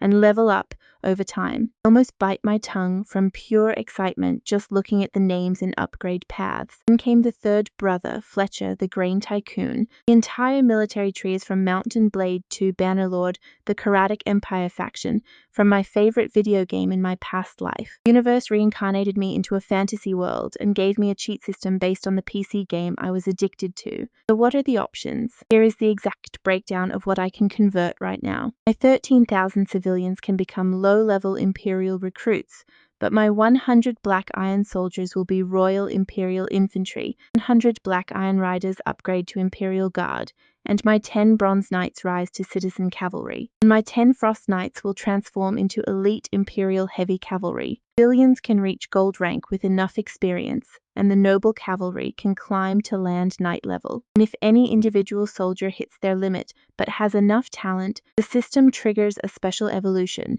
pushing past their limits into rare hero class units while keeping all their gear. Here is where it gets crazy. System gear is just the base, and anyone can upgrade it later if they want. A walking supermarket who promised to give me enough food for 10,000 people for an entire year. Rice, beans, dried meat, and more. You won't believe this, but my hands were literally shaking. In the game, these troops were the absolute endgame. Here, they are just the starting line and can exceed game limits. Wait system. Open the starter pack. The beginner guide pack now. Content successfully delivered 10 Imperial Cataphracts, 10 armored heavy cavalry units at gold rank, complete with horse armor, lances, heavy plates, shields, and gold-level sabers. 10,000 denarii translated directly to 10,000 gold dragons in this world. Another 10,000 extra gold, 10,000 free universal experience points, and 10,000 Cadell peasants. 10,000 extra people to add to my territory's population instant labor force. Literally stopped breathing. 10 gold rank knights from Uncle Andre's legendary Frost Order, where a single knight of that rank leads 100 riders as captain. Every single one of these cataphracts could easily be the most prized champion of any warlord. And I got 10 for free just for showing up. Rubbed my face so hard I almost tore my skin. Was shaking. Anything is missing, let me know. Warehouses are huge, he said, smiling like a Santa running a giant logistics empire. How do I summon them? Summoning opens a temporary dimensional rift, and the target location must be within 1,000 meters. They physically appear with a slight spatial disturbance. Ensure privacy. Got it. Do not summon heavy cavalry in the middle of town. Now you and I both know you'd be dying to ask my next question. What about the other factions? Can I unlock legendary Batanian archers, Aserai horse archers, or Sturgeon berserkers? Multi-faction unlock conditions significantly expand your territory and elevate your noble rank. Conquer or ally with other cultural regions. The more you expand, the wider your troop trees become. In territory, climb the ranks and conquer lands. In exchange, the system unlocks more technology, troop types, and paths to power. I couldn't hold back anymore. Villain laugh echoing through the dusty library of this old castle. Totally unhinged. Zero regrets. It isn't just a cheat, it is a guide to expand, conquer, unlock, and build my empire. Bet you are losing your mind just like me, right when the fourth brother floated in like a ghost in robes, and basically just handed me the manual to world domination and said good luck. 10 gold cataphracts ready, and 10,000 new citizens waiting to be deployed. An enviable military treasure, a loyalty scanner in my mind, and the entire military tree of my favorite game made real. I'm here planning to survive, but now I plan to rule. All right, deep breath. Laughing time is over. Time to act like a lord. First, bring those cataphracts and 10,000 peasants to reality. Focused on the snowy field 900 meters from the castle gate and gave the mental order. Summon 10 imperial cataphracts and 10,000 Cadil peasants to the field in front of the entrance. Coordinates set in seconds with spatial disturbance shield active. Brilliant. Meanwhile, Martin opens the door so fast he was definitely eavesdropping in full armor, fist to chest, instant salute. Master, I await your orders. First, do not call me Master. I am 16, and it makes me feel like a sick old man. In glowing runes and zero warmth. He handed me a glass box with 100 bottles of rare healing potions. Call me Lord. 50 cavalry out the gate, and let's go see together what happens next. Come along with me for this. You are going to find 10 knights in dark gold armor leading 10,000 civilians here. Welcome them with the highest honors and escort them to the town. No questions and no sour sour faces. They are my direct troops, and the very first wave of our brand new citizens. Martin's brain completely short-circuited. Mysterious nights and 10,000 people just appearing out of nowhere in this frozen wasteland. But you have to admit he is a total professional. Soldiers do not ask why, they ask how fast. Understood. Executing immediately. Fist to the chest and he was gone in a flash. Boots echoed down the hallway as he shouted orders. We are receiving guests right now. This was what was happening outside while I was in my study, pretending to keep absolutely calm. In the watchtower, a poor guard shivered from the cold, probably dreaming of a hot bowl of soup. Suddenly, he looked at the empty field as a sacred light 900 meters away shattered like a window, space itself bent, something so expensive it would ruin any lesser noble. Act showed a flash of impossible darkness and slammed 10 silhouettes onto the frozen earth so hard the vibration shook the castle walls. 10 riders, each one a walking apocalypse. Watch closely, because this is pure madness. They wore dark gold armor so thick it could stop cannonballs, with massive table-sized pauldrons. Their helmets looked like snarling wolves, with glowing icy blue slits scanning the castle like predators hunting down their prey. Spears over 3 meters long with lethal destructive tips. War horses were completely armored too, gigantic beasts exhaling clouds of steam, their heavy hooves carving deep craters into the frozen ground with every single step. In them a human tide. 1,000 simply dressed people carrying bundles across a kilometer appeared out of nowhere. The most dramatic magic trick ever. Every soldier on the walls froze in place, not from the cold, but from sheer terror. The captain later admitted the pressure from those 10 riders felt worse than the gold-rank commander at the Wolf Fortress. "If you run out, let me know," he said, emotionless. "Thanks, brother. Super warm support, even if I am freezing here." And that guy could crush Black Iron soldiers with a single stomp. These knights did not even move, just waiting in absolute silence, leaving the entire garrison shaking like leaves. Finally, someone remembered they had a job. The alarm horn blared across the castle. Full alert, unknown knights below. State your purpose. The largest knight, a mountain of golden metal with an old scar on his helmet, nudged his nightmare steed forward. Voice boomed from within his helmet, like the deafening sound of iron clashing against iron. "My name is Lena Stardust. Serve Lord Ron Windsor, the Imperial Guard. Master's will. We escort these settlers to their new home. I know what you are thinking." The captain froze his mind, going completely blank. One specific name cleared his mind instantly. Ron Windsor, and new lord of them all. The kid who arrived in a golden carriage just 3 hours ago suddenly has a private army of golden giants. Find Martin. Bring the lord. Let someone else handle this because I cannot. And dare open the gates. Which is totally understandable. 10 years ago, some sketchy fortune teller told me to go out on a specific day to win the lottery. Like an idiot, I believed him. Stood there paralyzed, my brain totally melted, holding a fortune in potions next to a chest of gold and an entire gifted army. When gods of war showed up at my doorstep, claiming to work for my boss,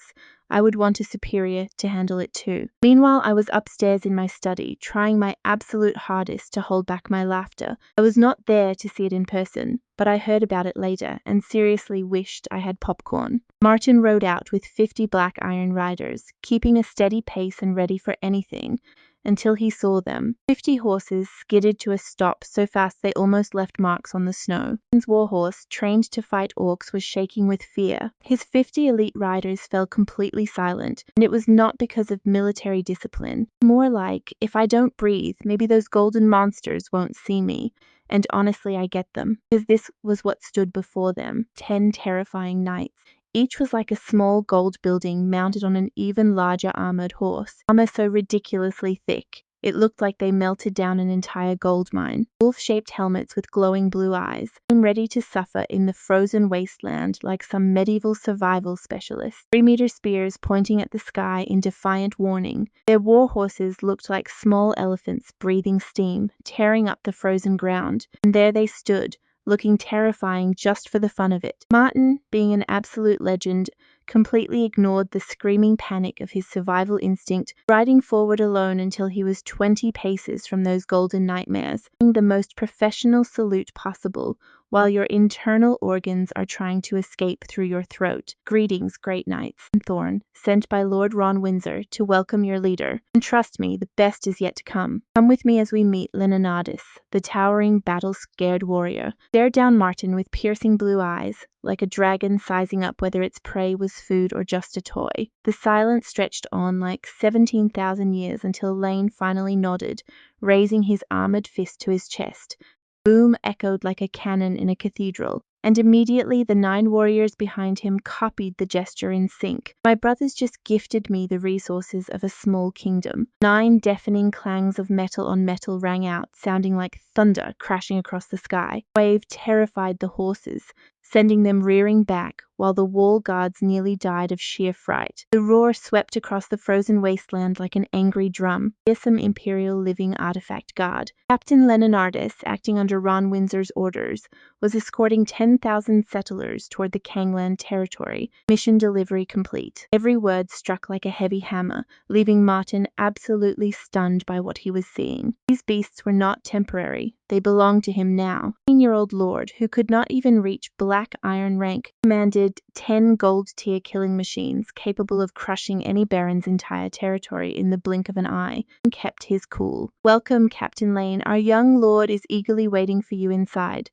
Please follow me. He then spun toward the castle and let out the loudest shout anyone had ever heard. Open the gates. Welcome our people. The captain up on the wall simply could not believe his ears. Not suffering on the frontier, it is a heavily armed luxury vacation. The man, practically on the verge of a heart attack, scrambled to the controls, tripping over himself to raise the heavy gates immediately. Watch closely now as those massive iron gates begin to open. 10 golden riders of the apocalypse marched across the threshold, silent as ghosts, followed by a human river of 10,000 civilians, rode out to guide the settlers. They did their duty, sure, but they could not help staring in absolute terror at those mechanical colossi passing right beside them. The pressure radiating from those 10 riders was impossible to ignore. It was like standing next to an active volcano while pretending to be calm. Martin watched the entire procession from the entrance, frozen on his horse, and I swear his face was a perfect mix of total awe and a deep existential crisis. Down in his mind, a single question kept playing on repeat. What on earth did our young lord bring back to this place? The Kanglan territory is about to change forever. Meanwhile, behind closed doors in my office, I pretended to read boring reports while shaking with pure excitement and joy. Suddenly, heavy footsteps made the ground shake. A massive figure stomped down the hallway, his face completely purple with rage. My first day as a lord, and I already have a super soldier army and 10,000 new citizens settled in. Loyal but terrified guard and a broken system. I know what you're thinking, not bad for someone trying to hide. So while my new golden squad had everyone outside questioning their life choices, I was discovering the most broken mechanic in video game history. What exactly does the personal experience pool do? Experience pool, accumulated energy saved exclusively to level up the user's skills and body. You can use these 10,000 points to get stronger. How do I get more? Conversion rate is 1,000 to 1. Every 1,000 experience points earned by any unit under your command through combat or training, 1 point transfers to your pool. This rate is fixed. Froze when I saw that 1,000 to 1 sounds terrible. Sounds cheap, but it is actually the most broken thing ever. Let me explain why my mind almost exploded. Because I swear I am the worst warrior in my entire family. A mere level 1 squire. His eyebrows were practically vertical. Dad finally arrived and he was furious, but not at me, at my brothers. A merchant brother who spends his days counting sacks of wheat is stronger. Combat talent is pathetic. None of that matters now because my growth no longer depends on my weak body swinging a wooden sword. It depends entirely on my army, on every soldier who trains hard, defeats an enemy, or wins battles. None of their experience flows straight to me. When soldier trains, I get just a tiny drop of energy. With 100 soldiers, I get a stream. With 1,000, a river. And with 10,000, a flood of power. It does not matter how weak you are when your leveling method is sitting back, while 10,000 people grind for you. I do not need to be a combat genius. I need to be a military strategist, not the path of a knight or a mage. This is the Emperor's path. Those who follow me are batteries powering my rise. The larger my army, the faster my strength grows. The more battles we fight, the stronger I get. Snowball destined to become a massive avalanche. And how exactly do my soldiers gain experience? The primary source is war, by defeating and wiping out any enemy. Turns out he spent half the night writing a dramatic farewell speech, and those 4 idiots stole every single one of his lines. So difficulty matters, trust me. Only the toughest victories will grant you and I the ultimate reward. Come along with me, because this system is literally demanding.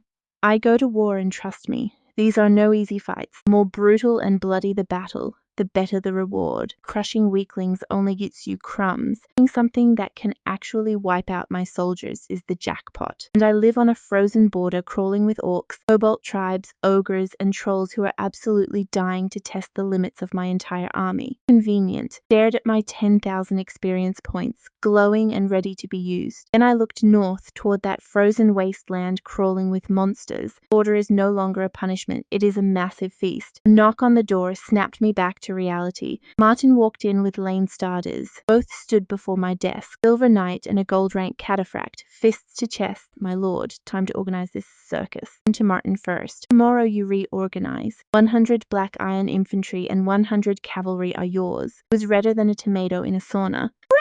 He roared so hard the tapestries in the hall shook. Plus 300 new recruits from the settlers. 500 soldiers in total. I will name them the Reader Guard. It is the shield protecting the city and key passes. Command them. Martin jumped from his chair like he got shocked. 500 infantry and cavalry troops. It is not just a simple guard. It is an entire army under his command. My lord, his voice trembled with emotion, fist to his chest. Swear on my blood I will forge this shield. As long as I breathe, the city stands. Falls, I fall with her. Down, Martin, you will dent your armor.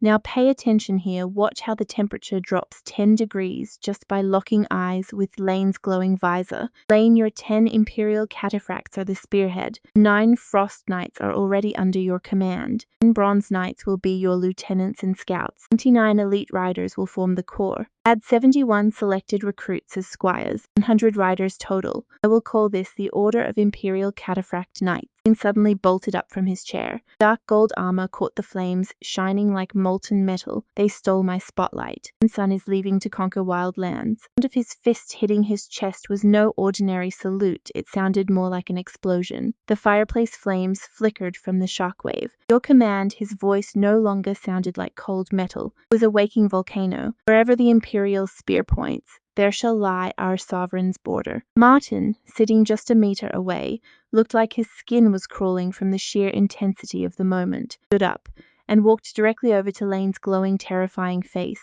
I stared straight through his visor. Good.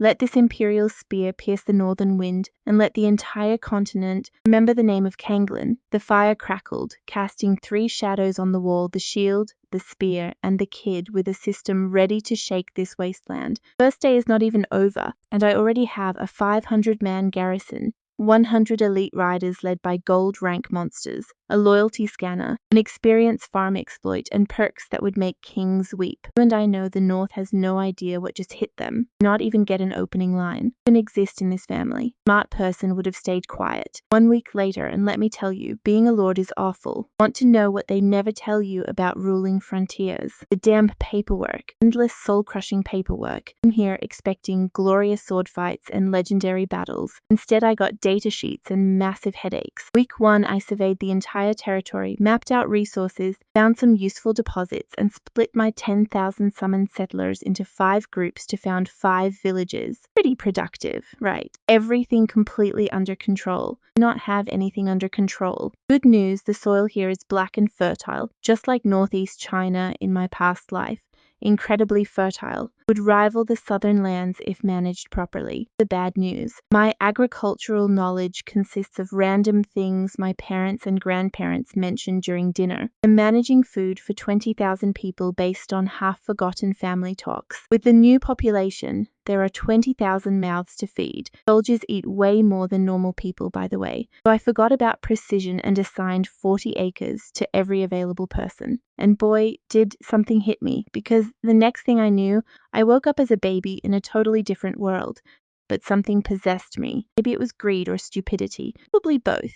Dad, figure it out yourselves. That was basically my entire farming policy. The previous lord had cleared some farmland, but it was nowhere near enough for my massive population. We are expanding toward the Western Mountains, so my settlers are chopping trees, plowing fields, and building villages all at once. An entire week of 10,000 people working themselves to death. We managed to clear 40,000 acres. Sounds great, but think about 10,000 people working 7 days straight. Trust me, that math is depressing. Meanwhile, military expenses were eating me alive. Converted the Reaver Guard into system troops. Alright, let's look at my new recruits. 300 level 1 Imperials and level 2 Black Iron Infantry. Sounds easy, right? But watch how the system destroys my wallet by charging 10 gold dragons for every level 1 soldier. Level 2 is 15 each. The Reaver Guard cost 5,500 dragons. My funds were literally evaporating. To make things worse, the system's troop tree lacks cavalry upgrades for commoners. Put on my best innocent puppy face. How about we make this simpler? Some pocket money to start. Gold coins. Only nobles can be cavalry. 100 iron riders from the Reaver Guard to the Knight Order, making it 150 riders. Recruiting them into this order costs 3,500 more gold, since everyone needs to be a knight squire for the system to accept them. My gold reserves were bleeding dry. Watch the numbers plunge, literally feeling my soul leave my body. Only silver lining. The low-level starter gear from the system is absolute garbage. We are talking cotton armor with 0 iron, the kind my family hands out to militia to scare off raccoons. So I will sell that junk for 2 dragons a set, scraping back a tiny fraction of my losses. Luckily, my land has great mines, 3 common iron, 1 refined iron, and 1 rare cold iron mine. Our family blacksmiths forge gear that is 1,000 times better than that system trash, and is to supply low levels ourselves, reserving system gear only for level 3 troops and above. That deflated his anger instantly. Look shifted from murderous to cautious hope. Finally, something useful for him to do. Brilliant and efficient, right? Well, watch closely, because that was before I saw the terrifying total bill. 10,000 gold dragons gone in 1 week just recruiting, excluding smiths, construction materials, and food supplies. Not to mention 17 settler fights I had to personally resolve. Shove 20,000 strangers in freezing wastelands and they fight. You know what? Even flat broke, this system is a steal compared to training 10 gold and 9 silver knights from scratch. 10,000 gold wouldn't cut it, nor 100,000. It would take decades and an actual miracle. I got them in 1 week for less than the price of a modest noble estate. My bank account is crying, but it was worth it. Morning of day 7.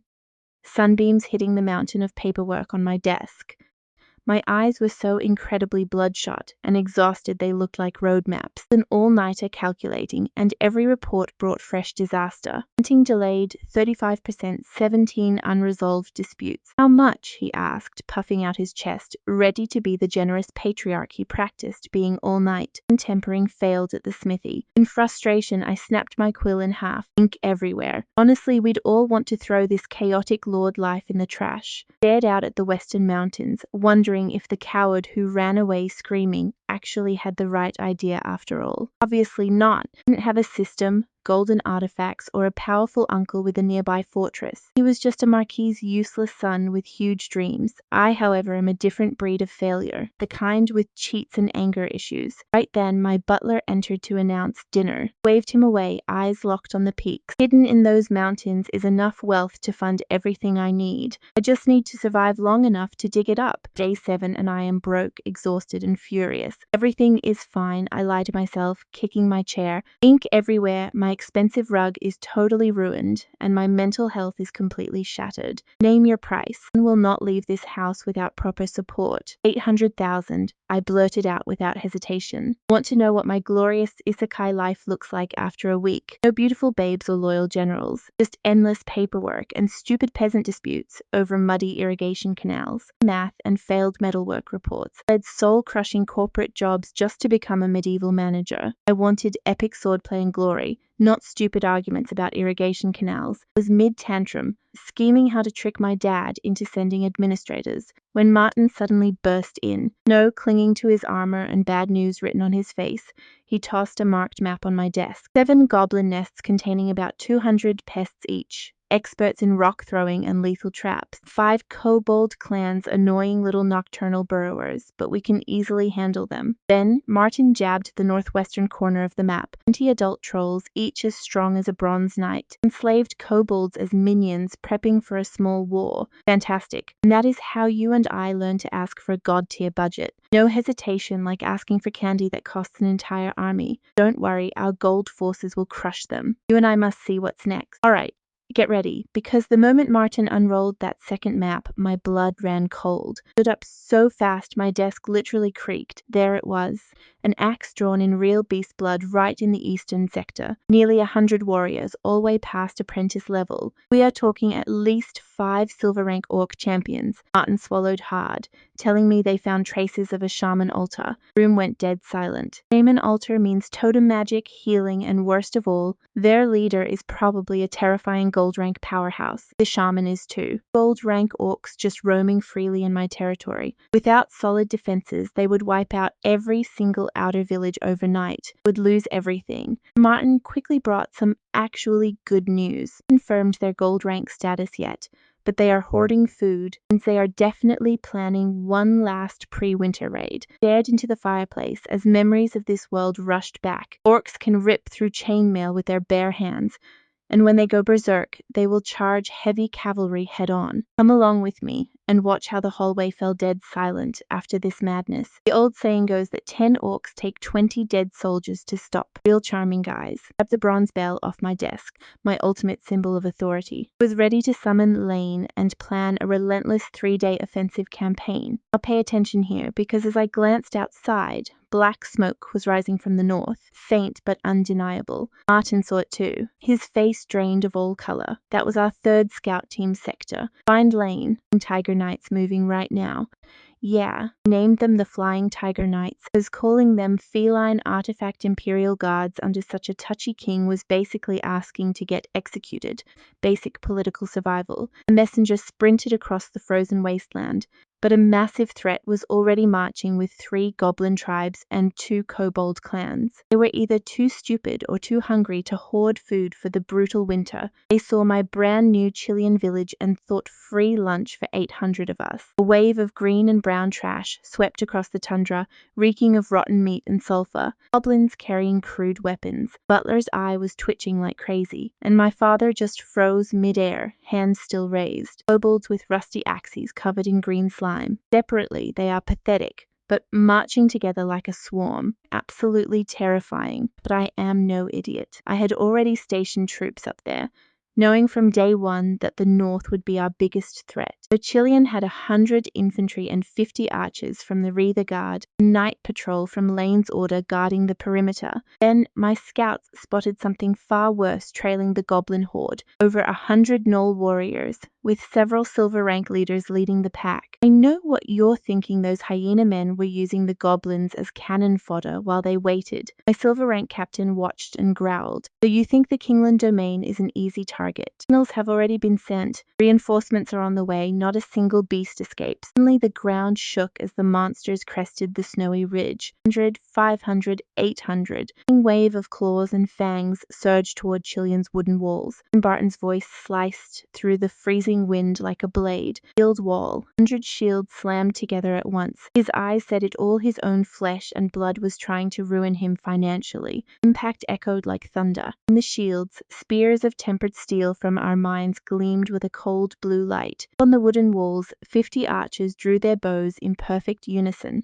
A rookie named Carl had hands so sweaty his arrows kept slipping, staring straight into the fangs of the approaching kobolds.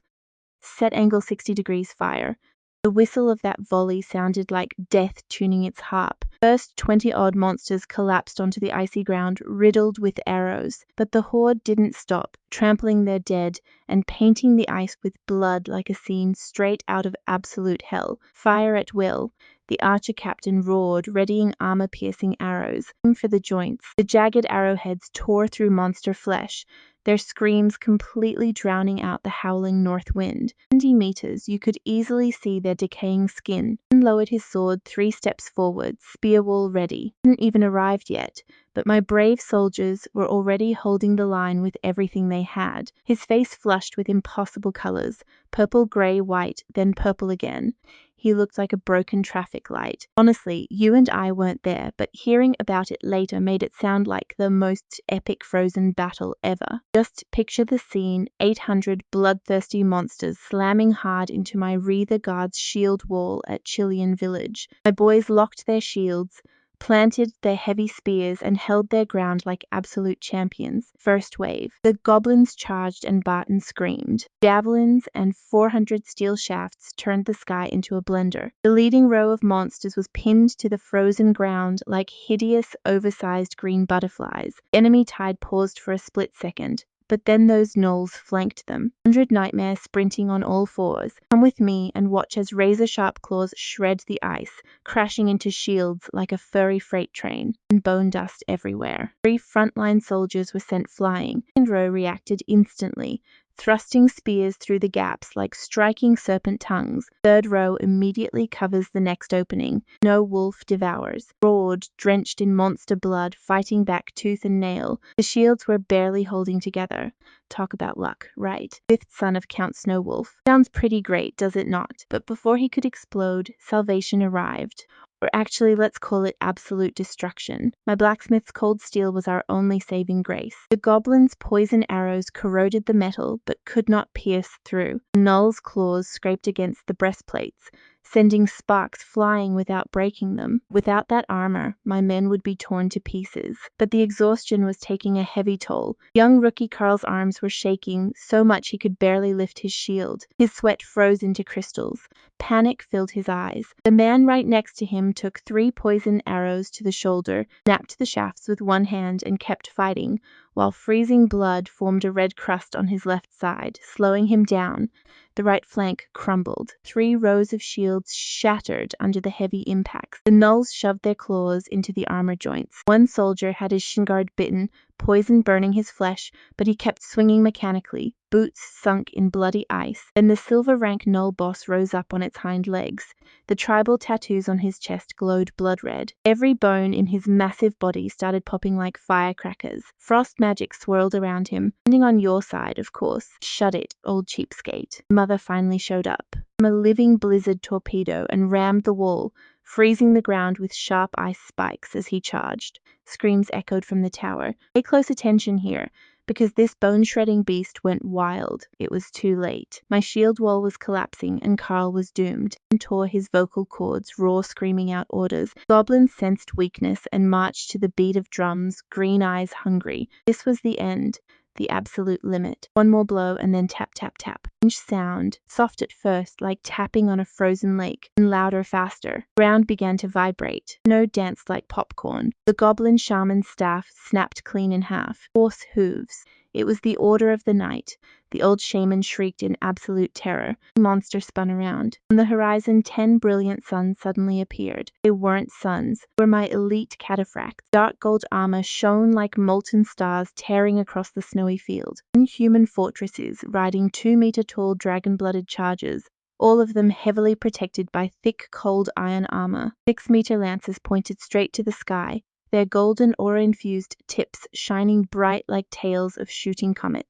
Lady Lydia Windsor, daughter of the Frost Raven Duke, one of the most feared men in the entire north. Horses' armor breathed out freezing steam from their vents. Frozen ground cracked under their heavy hooves. The silver-ranked Gnoll boss whined mid-frenzy, whimpered, because those golden flames on each cataphract were not just for show. They condensed, taking the form of winged tigers. Golden war spirits with fiery eyes and sword-like wings. I know what you're thinking. Only gold-rank knights can pull off this technique, turning their raw battle aura into ancient souls of war. Behind those those 10 golden riders, 100 heavy knights in cold iron armor, steam rising from their joints, lowered their 3-meter lances in perfect unison. 100 spiral shockwaves ripped through the snow, merging together over the battlefield to form one colossal phantom, a massive winged tiger totem that covered the entire sky. Bernardus raised his dark gold visor, and his battle cry shook the earth. We shake the world. Lances struck the air so hard they created white sonic vapor cones, and barriers shattered before the tiger's wings, or deep purple mage robes glittering with runes and star sapphires. Their piece alone cost more than an entire mansion. 100 voices merged into a wall of sound. Phantom Tiger spread its wings, and the entire cavalry tripled their speed. Those hooves weren't just stepping anymore, they were the drums of the apocalypse. The plain split wide open before them. 800 monsters spent 20 minutes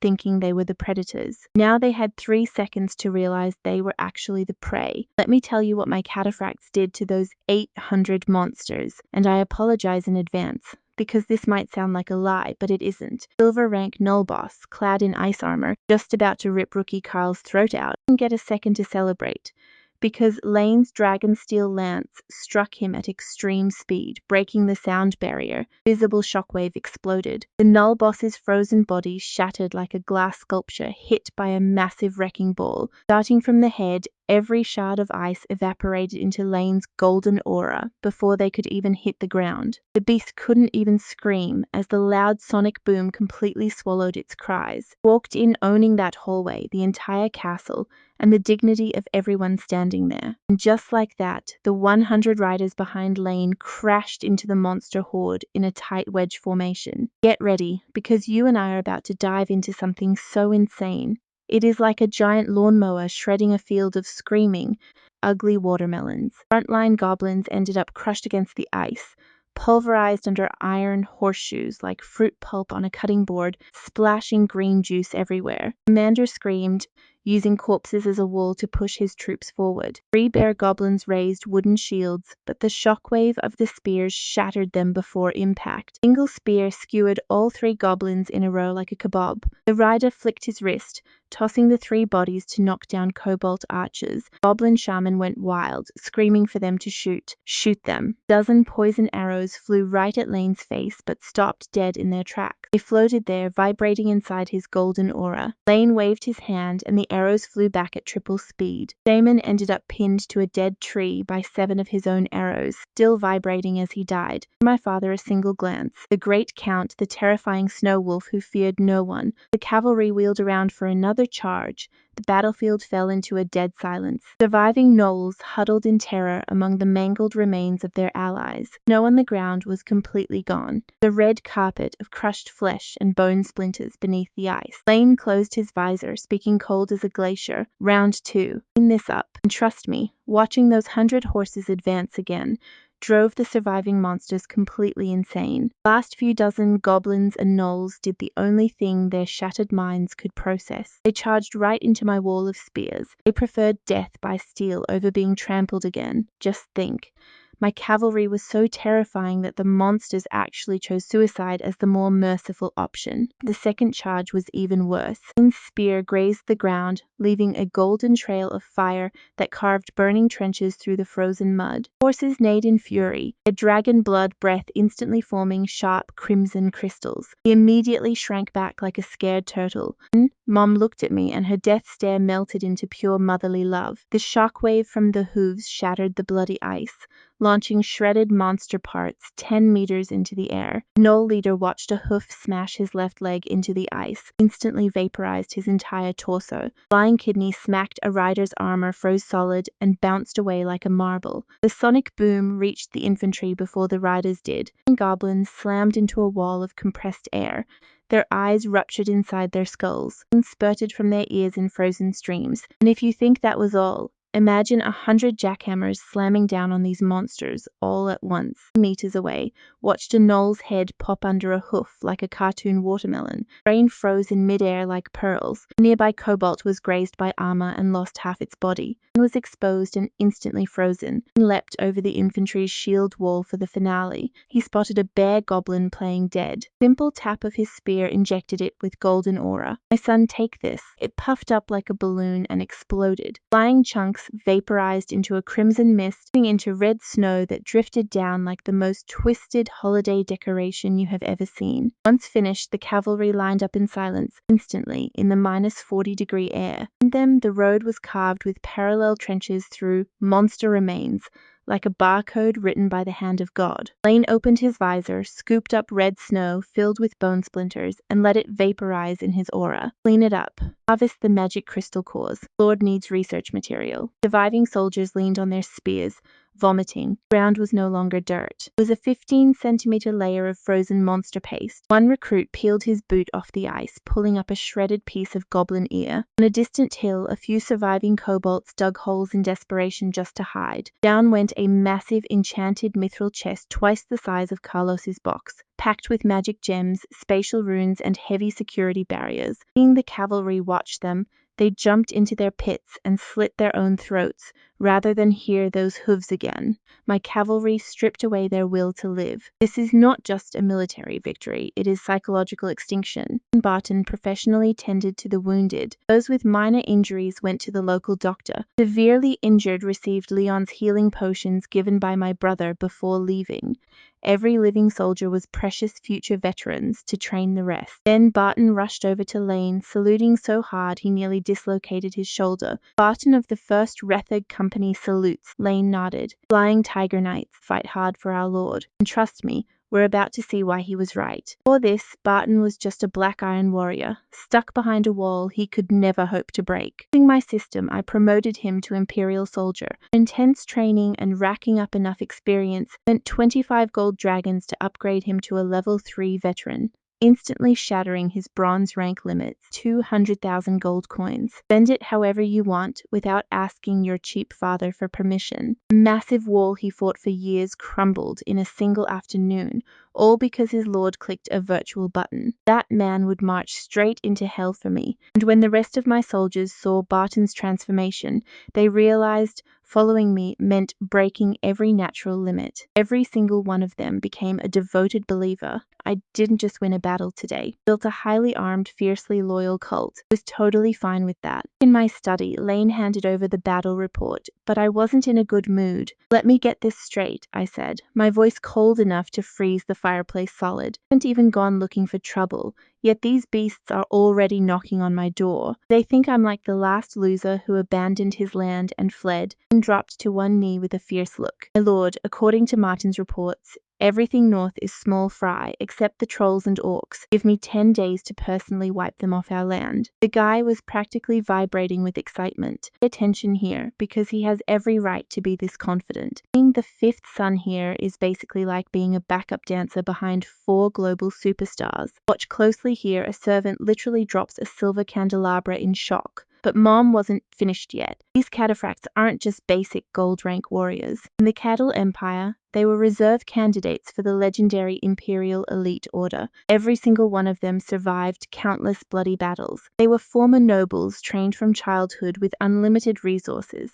handpicked from millions. They only missed the elite cut because the Cattle Empire's standards were completely insane compared to this world. They are walking natural disasters. Lane estimated clearing everything in 5 days using just his 10 cataphracts. The only reason to take any longer was to give the new Flying Tiger Knight order some real combat practice. Company of the Ritter Guard with you, I ordered, so they can level up and scout the cleared lands. Search for any useful resources. Yes, my lord. Then Martin suggested something that proved I hired the perfect psychopath. My lord, there is no need to eliminate all the kobolds and goblins. Raised an eyebrow. Explain. If anyone gives you trouble out there, she said, chin up like a queen judging simple peasants. Kobolds are natural-born miners, Martin said with a sinister smile. Omnivores and incredibly cheap to feed. Since they are strong, we can enslave them to mine alongside the villagers. And as for the goblins, his smile turned ice-cold. 0 breeding limits, they mate with anything,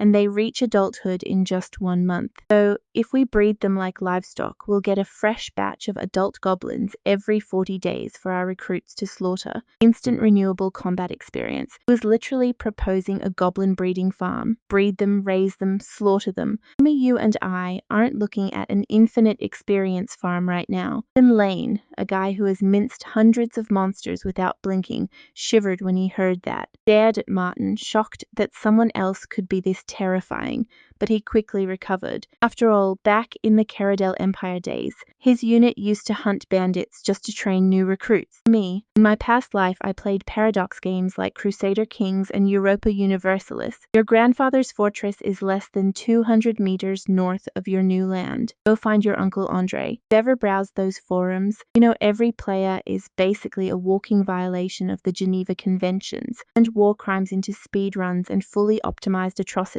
Did budget-friendly genocides over lunch. Being heartless wasn't just a meme, it was our mission. When Martin proposed the farm, my brain didn't think it was horrific. Quite the opposite, actually. You can optimize the cycle by separating the offspring by age groups. 3 evil geniuses shared a look. Quick glance around the room, then at each other. Yep.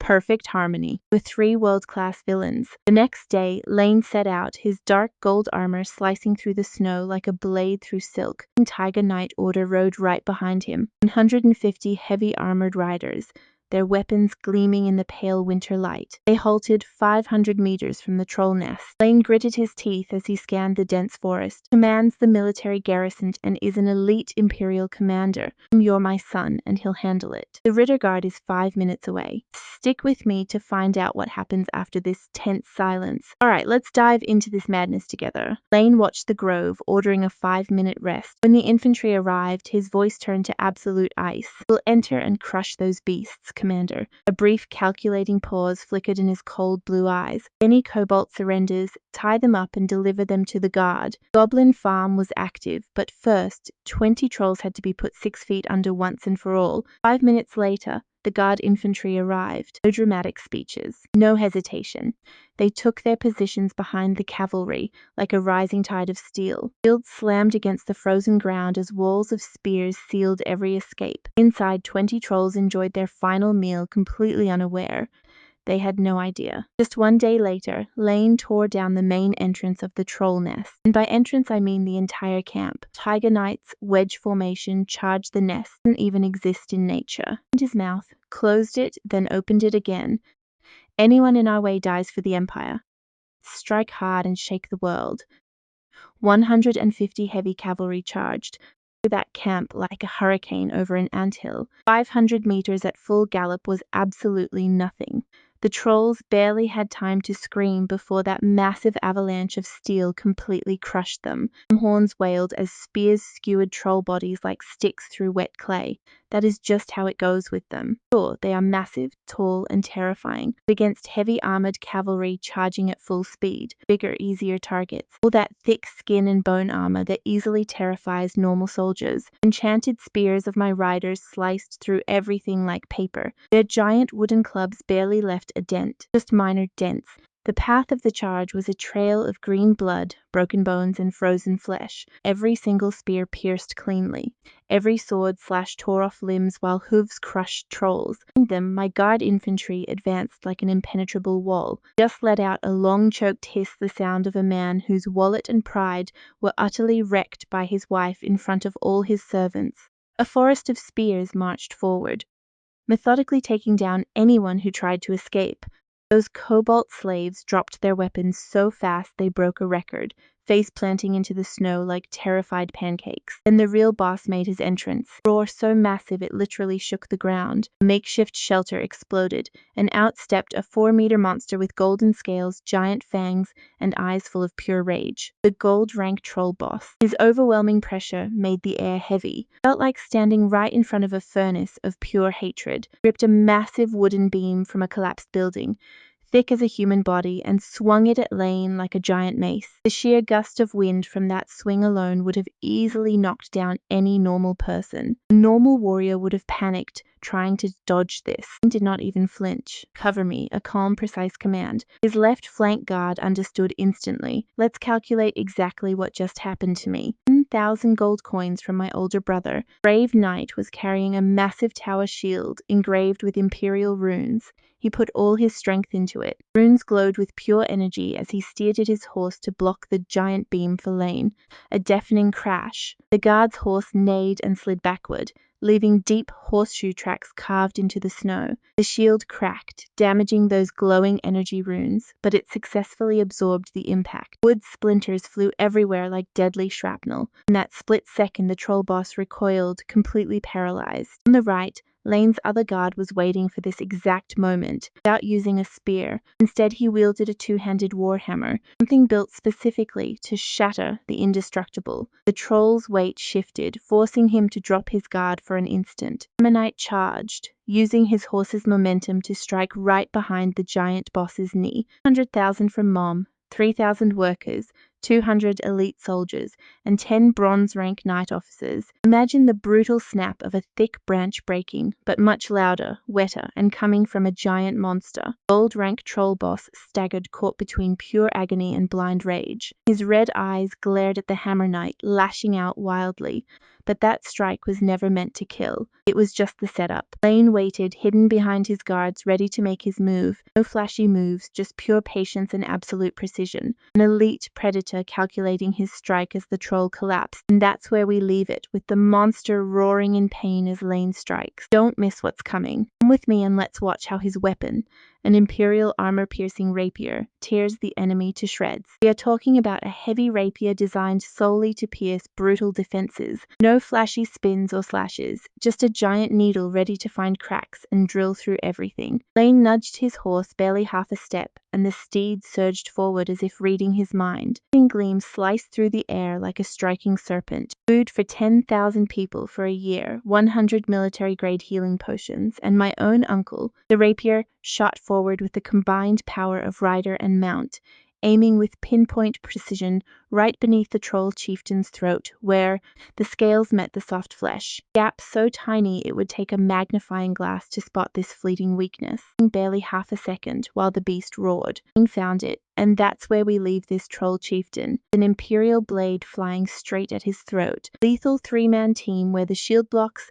the hammer crushes knees, and the sword cuts necks. No questions asked. None of that lone hero nonsense, just cold, professional, mechanical lethality. What real gold rank knights look like. No drama, no shouting, just terrifying efficiency. And these guys work for me. The rapier punched through the troll chieftain's throat like a hot needle through butter, because this 4-meter monster was the absolute king of the frozen north. Second later, he was staring at a thin rapier in his neck, thinking things were going very badly. He twisted the blade and ripped it out. An Imperial Fortress commander at my disposal. I know what you're thinking, but our peaceful plan is totally ruined now. Ray of dark green blood flecked with gold, 'cause even their blood is fancy at gold rank, gushed from the wound like a burst pipe. Troll chieftain let out a wet gurgle, dropping to his knees like a collapsing building, and crashed down dead on the blood-soaked snow. Just like that, the surviving trolls saw their invincible leader fall, and decided today was a great day to flee,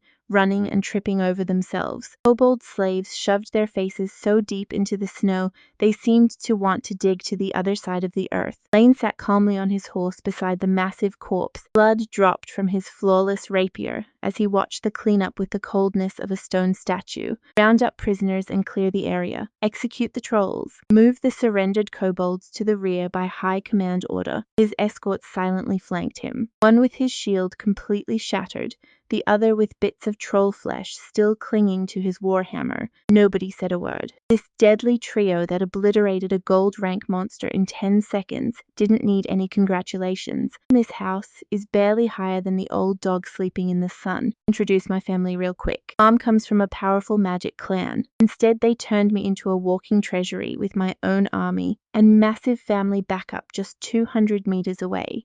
They just wanted a clean towel. An hour later, the entire troll nest was burning to ashes. Lane watched emotionlessly as the fire consumed the filth. Suddenly, a scout arrived with their next target, an orc settlement. They suspect a gold-rank shaman and chieftain. Real power unconfirmed. Lane nodded in response. While he plans his northern march, let's head back to our main character, who's calmly drawing farming blueprints by the fire. Charcoal softly scratches against the parchment. Suddenly, a system notification rings out. Battle report from the Flying Tiger Knight Order. Nest cleared. Absolute victory with 0 casualties. A clean sweep. 1 gold rank boss, 5 silver rank elites, and 15 bronze rank warriors, 10 young black iron trolls, and several kobold minions. Total experience gained, 150,000. My commander experience goes up by 150 points. 50 soldiers ready for promotion. I drop the pencil and finally smile. 0 casualties, a dead gold rank boss, and 150,000 experience. Not bad for day 1 of the campaign. Didn't ask for a golden parachute. They literally strapped me to a golden rocket. Open the promotion interface. The screen pops up and my smile vanishes instantly. Infantry promotions, 10 recruits to Imperial Infantry for 15 gold each. Infantry to veterans for 25. Riding tier 30 guard recruits to citizen riders for 25 coins each. 5 riders to heavy cavalry for 50 each. The system displays a massive red total at the bottom. 1,275 gold coins for the squad. And that's just the promotion. There's food, upkeep, salaries, and endless expenses draining my vault. Let's do some scary math. Mom gave me 200,000 coins. Brother chipped in 10,000. And I had 30,000 from the system. That makes 240,000 total. Sounds like a fortune, but I have 20,000 mouths to feed, roads and a castle to repair, walls to build, blacksmiths to pay, towns to establish, and farmlands to develop, an army that costs me more to maintain than a high-end luxury hotel. Castle gates swung wide open and an entire army was waiting outside. And that's where we leave it. Because at this rate, my gold reserves will end up as empty as my past life bald head. Get ready, because today you and I are watching our main character go absolutely broke thanks to his own army. His desk, inkwells and parchment flew, instantly evaporated, replaced by pure financial panic. I need cash right now. Not tomorrow, not next week. It is now or never. Or this whole operation collapses and we eat snow for dinner. First, those 50 unpromoted soldiers. Leaving troops unupgraded is just wasting potential. Every day they fight without leveling up is experience thrown straight in the trash. Them execute all promotions. Heavy cavalry gear ready immediately. Confirmed and currently processing. Deducting funds. Warning, significant treasury reduction in progress. And just like that, the gold counter starts plummeting. Watching that number drop hurt like getting my fingernails ripped out. He does not care about my feelings. Just takes my cash with all the cold indifference of a city parking meter. Rows of heavy black armored soldiers, wolf emblem cavalry, and spears pointing to the sky like a forest of cold steel. My treasury went from comfortable to critical in 4 seconds flat.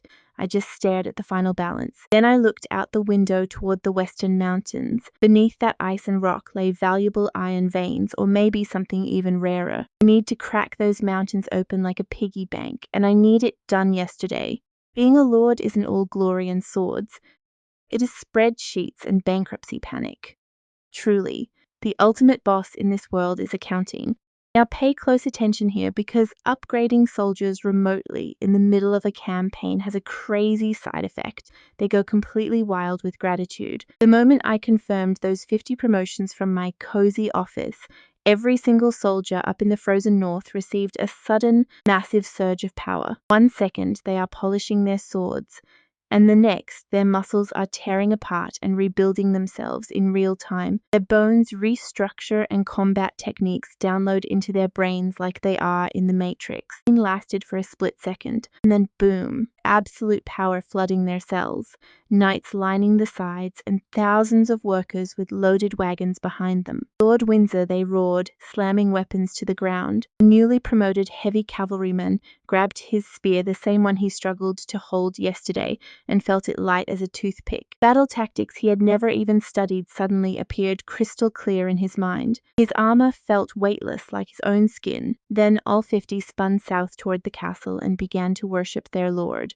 praise the Lord. The great Ron gave us this power. They were not just grateful. Because in a world where reaching the next power level takes years of brutal sacrifice, blood and sweat, where most warriors spend their entire lives stuck in a single rank, Lord leveled them up while casually sipping tea in his office. No rituals, just instant divine blessing. And let's be honest, you and I would think the exact same thing seeing this kind of divine display. Basically, they have no idea it is actually a video game system. Unpromoted soldiers saw their peers get insanely strong, triggering a desperate urge to stand out and be next in line. Deafening roar hit me like a solid wall. My heart skipped a beat before my siblings shoved me into the carriage. In 30 seconds, the entire unit's motivation flipped from professional duty to absolute fanaticism. He stopped cleaning his sword, watched the horde of new fanatics bowing toward the south, and behind his visor, I'm pretty sure he smiled because he understood exactly what just went down. This army went from simple troops to a devout cult, and those believers fight with a madness no training could ever replicate. "Move out," Lane ordered, his voice cold but incredibly sharp. Knights mounted in unison, turning their burning fanaticism into deadly ice. Devotion plus discipline equals a living nightmare. Next target, the Orc settlement, codename Blood Howl. Knights assembled 500 meters from the camp.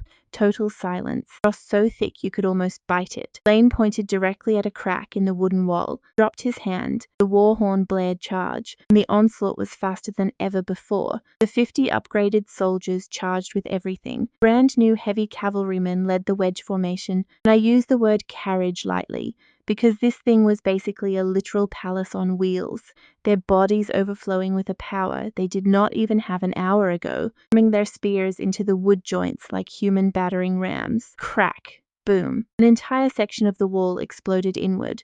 Shattered logs snapped like toothpicks and foundations crumbled, and debris kicked up into the freezing air. Spears and drawing sabers, the cavalry pushed straight through the breach like molten steel without stopping. Lane burst through the smoke cloud first, shield raised, saber gleaming. An orc warrior leaped from the dust.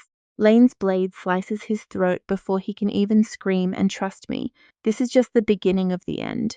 Alright, you and I are about to watch these terrifying promoted knights, whose shield play deflects attacks to counter with deadly spins. Blade techniques that should have taken years to master were executed effortlessly within the narrow alleys of the orc huts. Literally became human blenders. Orcs fell like grass before a scythe in a 90-second slaughter, but then the real fight against Rohair began.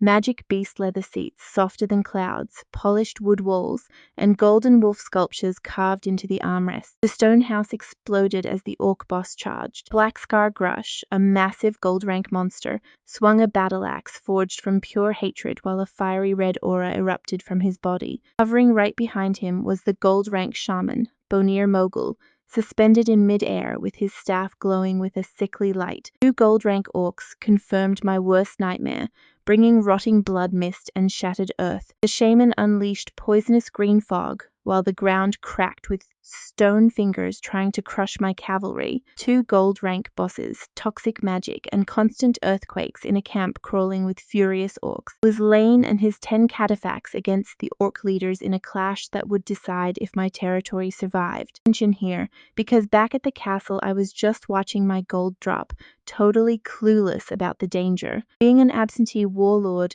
gets incredibly stressful when your communication signal cannot even reach the freezing tundra. I could only wait and watch my money vanish in an instant, golden patterns on the windows and a fist-sized luminescent pearl shining from the ceiling like some ultra-luxury lamp. That my golden killing machines were as good as promised, and spoiler alert, they absolutely were. That is for later. Right now, I am still processing that my own soldiers literally worship me like a celestial god. I went from useless 5th son to messiah in a single week. Pure madness in that orc fight. It lasted 15 seconds. No exaggeration. Lane roared to the gold rank squad to immediately execute both the shaman and the boss. Then 10 golden suns ignited all at once as my 10 cataphacs unleashed their immense, overwhelming power. One cataphract hurled a javelin of pure battle aura etched with anti-magic runes. Just as Shaman Mogul tried raising his bone shield, that javelin ripped right through his defense like wet paper. The shaman blasted backward as his death spells flickered out, completely cut off from their power source. Meanwhile, 4 cataphracts formed a wedge targeting Boss Grush, and their leader activated the gold rank skill, Unmovable Fortress. His shield transformed into a massive wall of golden energy, sporting a roaring tiger to ram the boss at full speed. A single corner of this ride screamed luxury. Brush swung his axe, wrapped in blood-red flames, slamming directly into the center of the shield. Honestly, you and I would have gone deaf from that brutal clash. One shockwave flattened everything within 30 meters. The knight's horse neighed, carving deep grooves into the soil, but the warrior did not yield a single inch. The shield cracked but held firm, leaving Grush completely exposed. His heavy axe deflected and his guard wide open. 3 golden shadows slipped past the shield like ghosts, unsheathing 3 blades ready to deliver 3 paths to death. The first sword crackled with lightning, and the second was cloaked in freezing ice. The third blade moved fast enough to create a sonic boom, and Lane, using his lethal, subtle, piercing rapier, aimed straight for the throat, because that is his signature move, and it never fails. Grush only managed to utter no. The sword shattered his bloody aura. The ice froze his ribs, and the sonic blade snapped his axe handle. Lane's rapier pierced his throat. 4 gold rank knights attacking simultaneously caused the orc boss to literally explode. Father is literally the Grand Duke of the entire Northern Territory. Money, and I want everyone. Good grief. I know you agree, but I'd be terrified to park this in my old garage. Blood, sparks, ice shards, and shattered armor flew everywhere. I was dead before hitting the freezing ground. The shaman was still struggling to rise when 2 other cataphracts threw homing javelins enchanted with purification.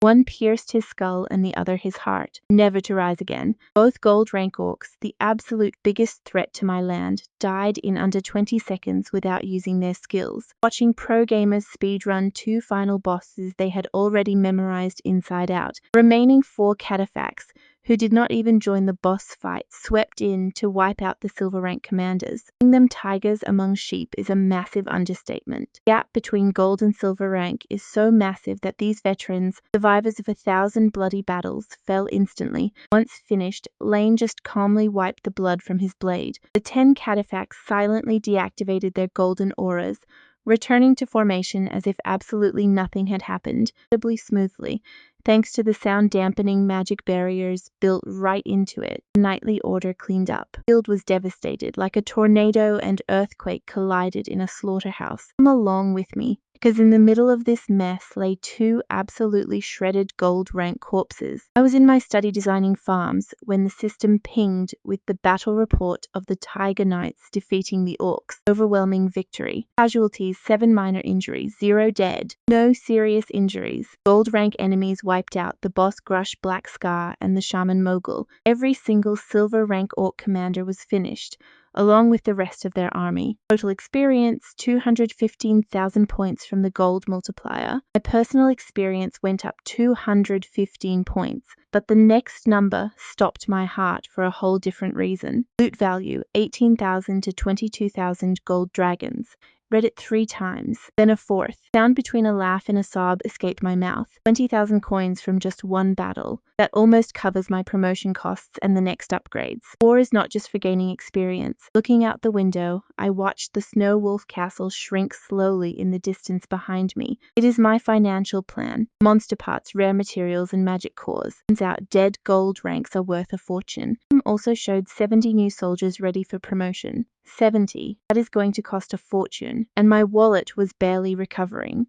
But pay attention here. The math finally adds up. Hunt expensive monsters, get loot to pay for upgrades, and get superior soldiers. They fight better, they get more loot. Not a bottomless pit, it is an investment cycle. I leaned back and stared at the ceiling. 2 gold rank threats eliminated. Secure territory on all fronts. Army gets stronger with every passing day. The treasury recovers thanks to the loot. Others worship me like a god for giving them inexplicable instant upgrades. A week ago, I was a broke, stressed-out lord screaming about irrigation canals. Now I am a military leader with a self-sufficient economy. protected by 10 gold knights who can vaporize bosses in 15 seconds, a fanatical army ready to march to hell and back for me. Frozen North has been warned. Then came the farmlands and dark pine forests standing like green giants. Joined this family as the useless fifth son. England domain is ready for business. Looked at the report once more. Overwhelming victory, 0 deaths, 2 gold rank bosses erased, 215,000 experience points. Best of all, 18,000 gold dragons in loot. And to think I used to complain about the 1,275 gold coins spent on promotions. Meanwhile, my army recovered 15 times that amount in a single battle. I know you and I are thinking the same thing. War is a gold mine. It is a massive moneymaker. 20 more soldiers ready to promote. My wallet instinctively trembled, but I will not be cheap anymore. These soldiers earned their upgrade with monster blood. Time to reinvest. And promote them all. Ding. Gold goes down, military power goes up. The cycle of life. Sipped my honey wine, watching the numbers drop with the calm smile of someone who finally understands his business. Sending gold to strengthen soldiers. Sending strong soldiers to kill giant monsters that drop even more gold. Repeat the process and grow without limits. I am not ruling a territory. I am managing a war-based investment fund. Days later, my army returned home. But I'm leaving as the most overfunded border lord in history, though that fairy tale ended 30 minutes into the trip. Not in the watchtower, but the guards told me all about it. Golden sunset melting over the snow. And from that glowing horizon, an army of steel emerged like ghosts straight out of a painting, with Lei leading them. Dark gold armor stood out against the dying sun, casting shadows like flags. Behind him, 150 knights in perfect formation marched with cold stares and in absolute silence. The sound of hooves was a low, infinite thunder that rumbled through the frozen earth. And the cavalry, the scene was entirely different. Hundreds of terrified kobolds marched hunched over and shivering, guided by blood-stained infantry who, though exhausted, held their weapons ready to strike at the slightest movement. Green and grey river of captives stretching to the horizon. The tower guards went wild. It is the flying tigers, they are back. Look at those prisoners. There are hundreds. Find Martin. Alert the Lord. The entire town erupted. People running and pointing at the column of steel advancing towards the gates. That quiet border settlement suddenly felt like a massive capital welcoming home its conquering army. Further we got from the castle, the worse everything looked. Green fields vanished, replaced by frozen wastelands and withered moss. An hour later, they counted the captives and sent them to a camp heavily guarded by the watch. Infantry and cavalry dragged themselves to the barracks, throwing their armor onto the floor. They collapsed face down on their bunks. Within minutes, snoring shook the walls after days of continuous marching and combat. Lane did not rest at all.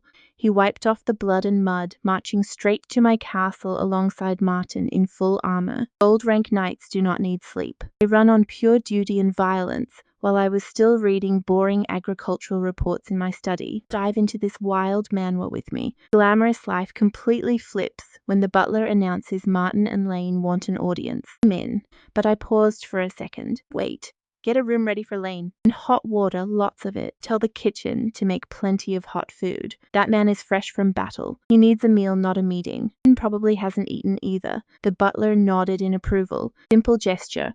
But I've learned something valuable in this new life. Majestic tall trees turned into twisted shapes, looking like skeletal hands begging the sky for mercy. Soldiers will die for a lord who treats them like human beings, whether they are gold-ranked killing machines or not. Jane spent days sleeping on frozen ground and eating dry rations. Hot bath and real food cost me nothing, but they buy priceless loyalty. Study door swung open. Martin entered first, spotless but vibrating with excitement like a kid on Christmas. Behind him came Lane in dark gold armor, firelight flashing off the damaged metal, brought with him the scent of frozen blood and absolute victory. The room temperature dropped 2 degrees just from his overwhelming, powerful presence. 2 men who are my shield and spear, one bursting with energy, and the other cold as the grave, both loyal. I leaned back comfortably in my chair. A week and a half ago, I was only a scared teenager with a golden carriage and a prayer. Now I'm sitting in my castle welcoming my victorious commanders, who just wiped out every single threat on the map using my own army. Nests destroyed,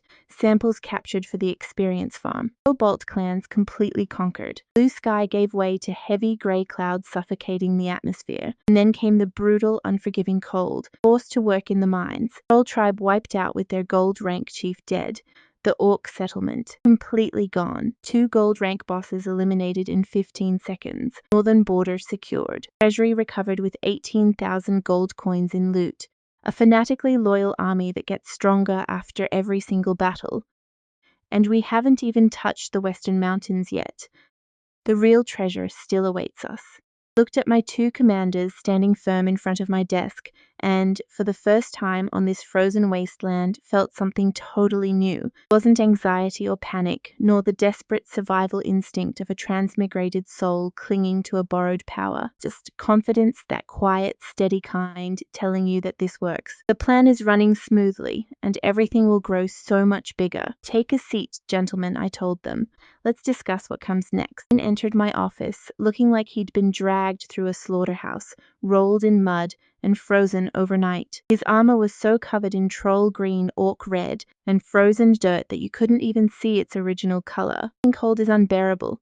The man reeked of pure battle, stood firm right in front of my spotless wooden desk. He looked down at himself, then glanced at my couch covered in fine fur, and I swear I saw actual shame on that gold rank killer's face, like a kid who messed up the house. Got up, walked around the desk, and pushed him onto the couch. Battle stains are a warrior's medals. They never make a mess. But this neat office, on the other hand, sometimes clean places hide bloody choices. You're home now, rest. Something shifted in his tired gaze, a sudden spark. Lane's loyalty was no longer just about duty. It was personal now. Feel everything falling into place. Bet you agree with me that a kind word after battle is worth more than 1,000 gold coins. Give me your report and go eat. Hot water and a room await. Let me rest tomorrow. Banquet the day after. Lane stood up straight, exhausted but alert, ready to deliver some great news. Northern threats eliminated absolute music to my ears. In the orc camp, they found a level 3 cold iron mine and 2 level 1 refined iron deposits. It pierced through my ridiculous gold carriage like luxury meant absolutely nothing. Breathing felt like swallowing needles. More mines to add to the tally. My territory was quickly becoming a literal gold mine. We captured over 3,100 cobalt prisoners for the mines. Free labor, thanks to the defeated monsters. The mining operations just got a massive injection of fresh labor. Following your orders, we led about 200 goblins and wild goats to Broken Column Valley and confirmed the valley is safe, enclosed, and predator-free.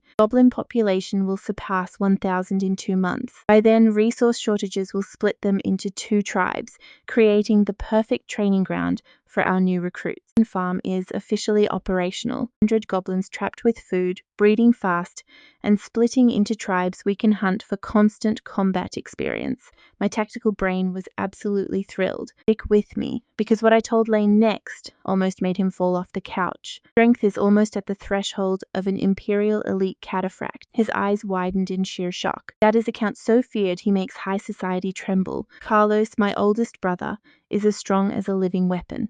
I wrapped up in my bear coat.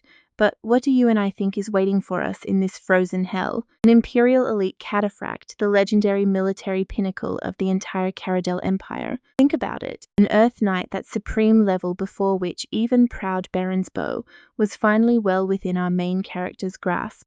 Take your squad to the Western Mountains and hunt monsters. From black iron to silver, it is the perfect rank for intense training.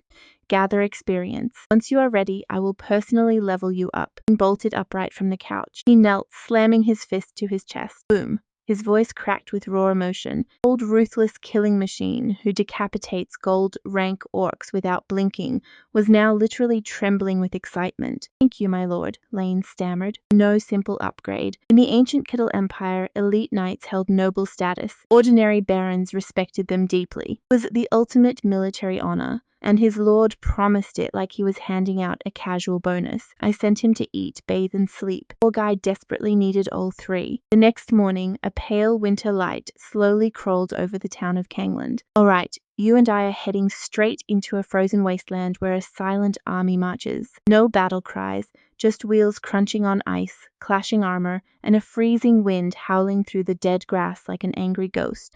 The castle kitchens were buzzing since dawn. Huge iron pots bubbled with a thick, hearty stew, large chunks of meat slow-cooked until falling apart, spiced vegetables, and mountains of freshly baked, crusty bread. The delicious aroma drifted across the settlement like a warm, comforting fog. It was my direct order: feed the army until they cannot move. No limits. For once, the barracks fell completely silent. No drills or shouting today, just the epic snoring of 150 resting knights. Muddy boots and heavy armor lay scattered everywhere. Rooms smelled of sweat, leather, and iron, the true scent of men who earned their rest. Kitchen servants carried massive tubs of steaming hot food throughout the barracks, leaving generous portions at every door. The amazing smell finally defeated their exhaustion. Soldiers dragged their sore bodies out of bed, gathering around the food like moths drawn to a flame. No words, just the sound of hungry warriors devouring their meals. It was the calm after the storm, a sigh of relief after holding their breath. The workers who once marched with some energy now looked like mindless zombies moving on autopilot. Because beneath this peaceful scene, this army was nothing like it was 2 weeks ago. Originally, they were just a mix of borrowed knights, nervous recruits, and inexperienced system troops. Now they were battle-hardened veterans, goblins, gnolls, trolls, and orcs watching gold rank monsters fall, and they had been upgraded by what they believed was sheer divine power, and with prisoners, loot, and absolute trust in a lord who feeds, upgrades, and cares for them. In just 2 weeks, that was enough to build a fierce, loyal force from scratch. Northern threat crushed, cobalt miners secured, the goblin farm is running, new mines discovered, rested, fanatically loyal army, and our treasury is recovering. Next on the agenda, the Western Mountains. From my window, I watched the pale sun turn the snow to gold, listening to my soldiers celebrating. And that's where we leave it, with our hero taking 5 seconds to feel proud. Then I returned to my desk, because tomorrow the peace ends and the real work of carving out a grand empire begins. Meanwhile, I was riding in my gold-plated rolling palace, surrounded by wolf sculptures and pearl chandeliers, staring out at the frozen void. 5 seconds of pride is all a lord can ever afford. I know what you are thinking, but let's look at this report together, because after so much struggle, these numbers look beautiful. The Knights of the Flying Tiger, where every regular rider was promoted to bronze tier Imperial Citizen Cavalry. Better control, tighter formations, and devastating impact. No longer ordinary recruits, real battle-hardened soldiers.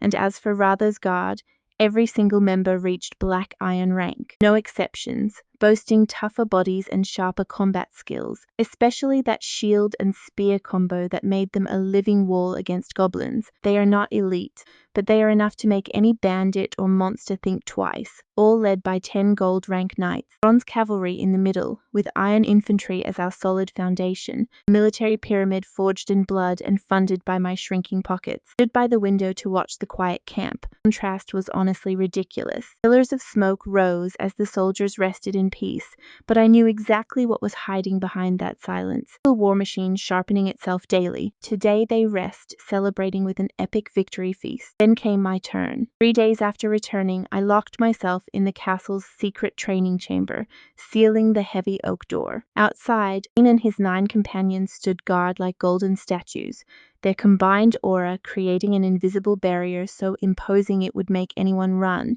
And gold rank warriors standing guard. Overkill maybe, but stick with me here, because when a lord breaks limits, safety comes first. Look at this darkened chamber, smelling of burnt magic crystal, where everything is about to change. Sitting cross-legged in the center of an energy circle drawn on the stone floor, I opened up my system panel. Accumulated experience, 10,520 points, earned through the blood and sweat of all my loyal soldiers. Filtered at a 100-to-1 ratio after thousands of enemy casualties, it was like eating caviar in a dump. Suddenly something tapped my window.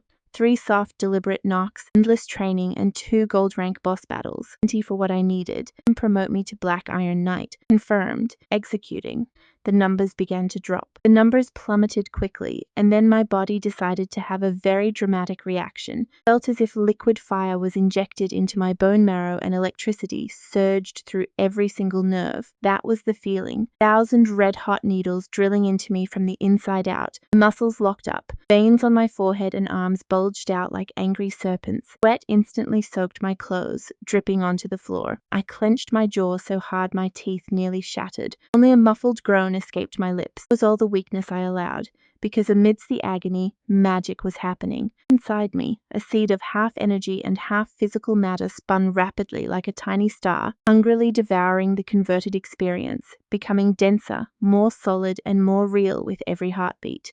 Not the wind or road noise, something cold and precise, like frozen knuckles asking for permission to enter, was tearing down my old self, while the rising heat was building up my new version. Only a loud crack, not a bone, but the barrier keeping me trapped as a squire my whole life. That wall I kept hitting since childhood, while my brother bypassed it effortlessly, finally shattered like glass inside my soul. And he vanished, and honestly, how do I even describe that feeling to you? Imagine wearing a full body cast your entire life, and suddenly it gets ripped off. Everything feels so incredibly light. Everything feels possible. Warm energy flows through channels that once were narrow paths and are now wide open highways. My 5 senses sharpen to their absolute limits. Feel every dust speck in the air and sense the gold nights outside.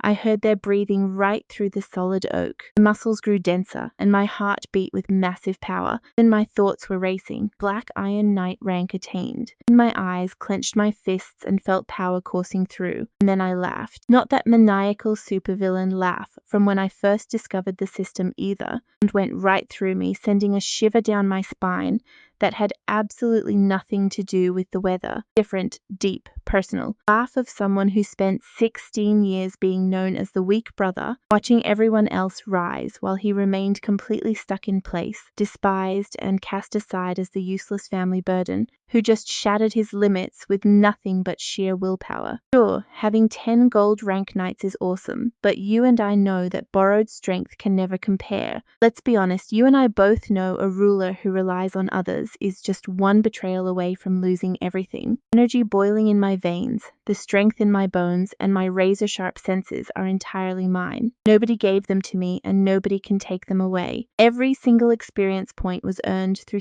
the sacrifice of my soldiers, channeled by the system, and forged directly into my body through pure, agonizing pain. Black Iron rank won't impress my family. Carlos would literally laugh in my face. Leon wouldn't even look up from his spellbook. When Fletcher surpassed this level years ago, none of them know what I know.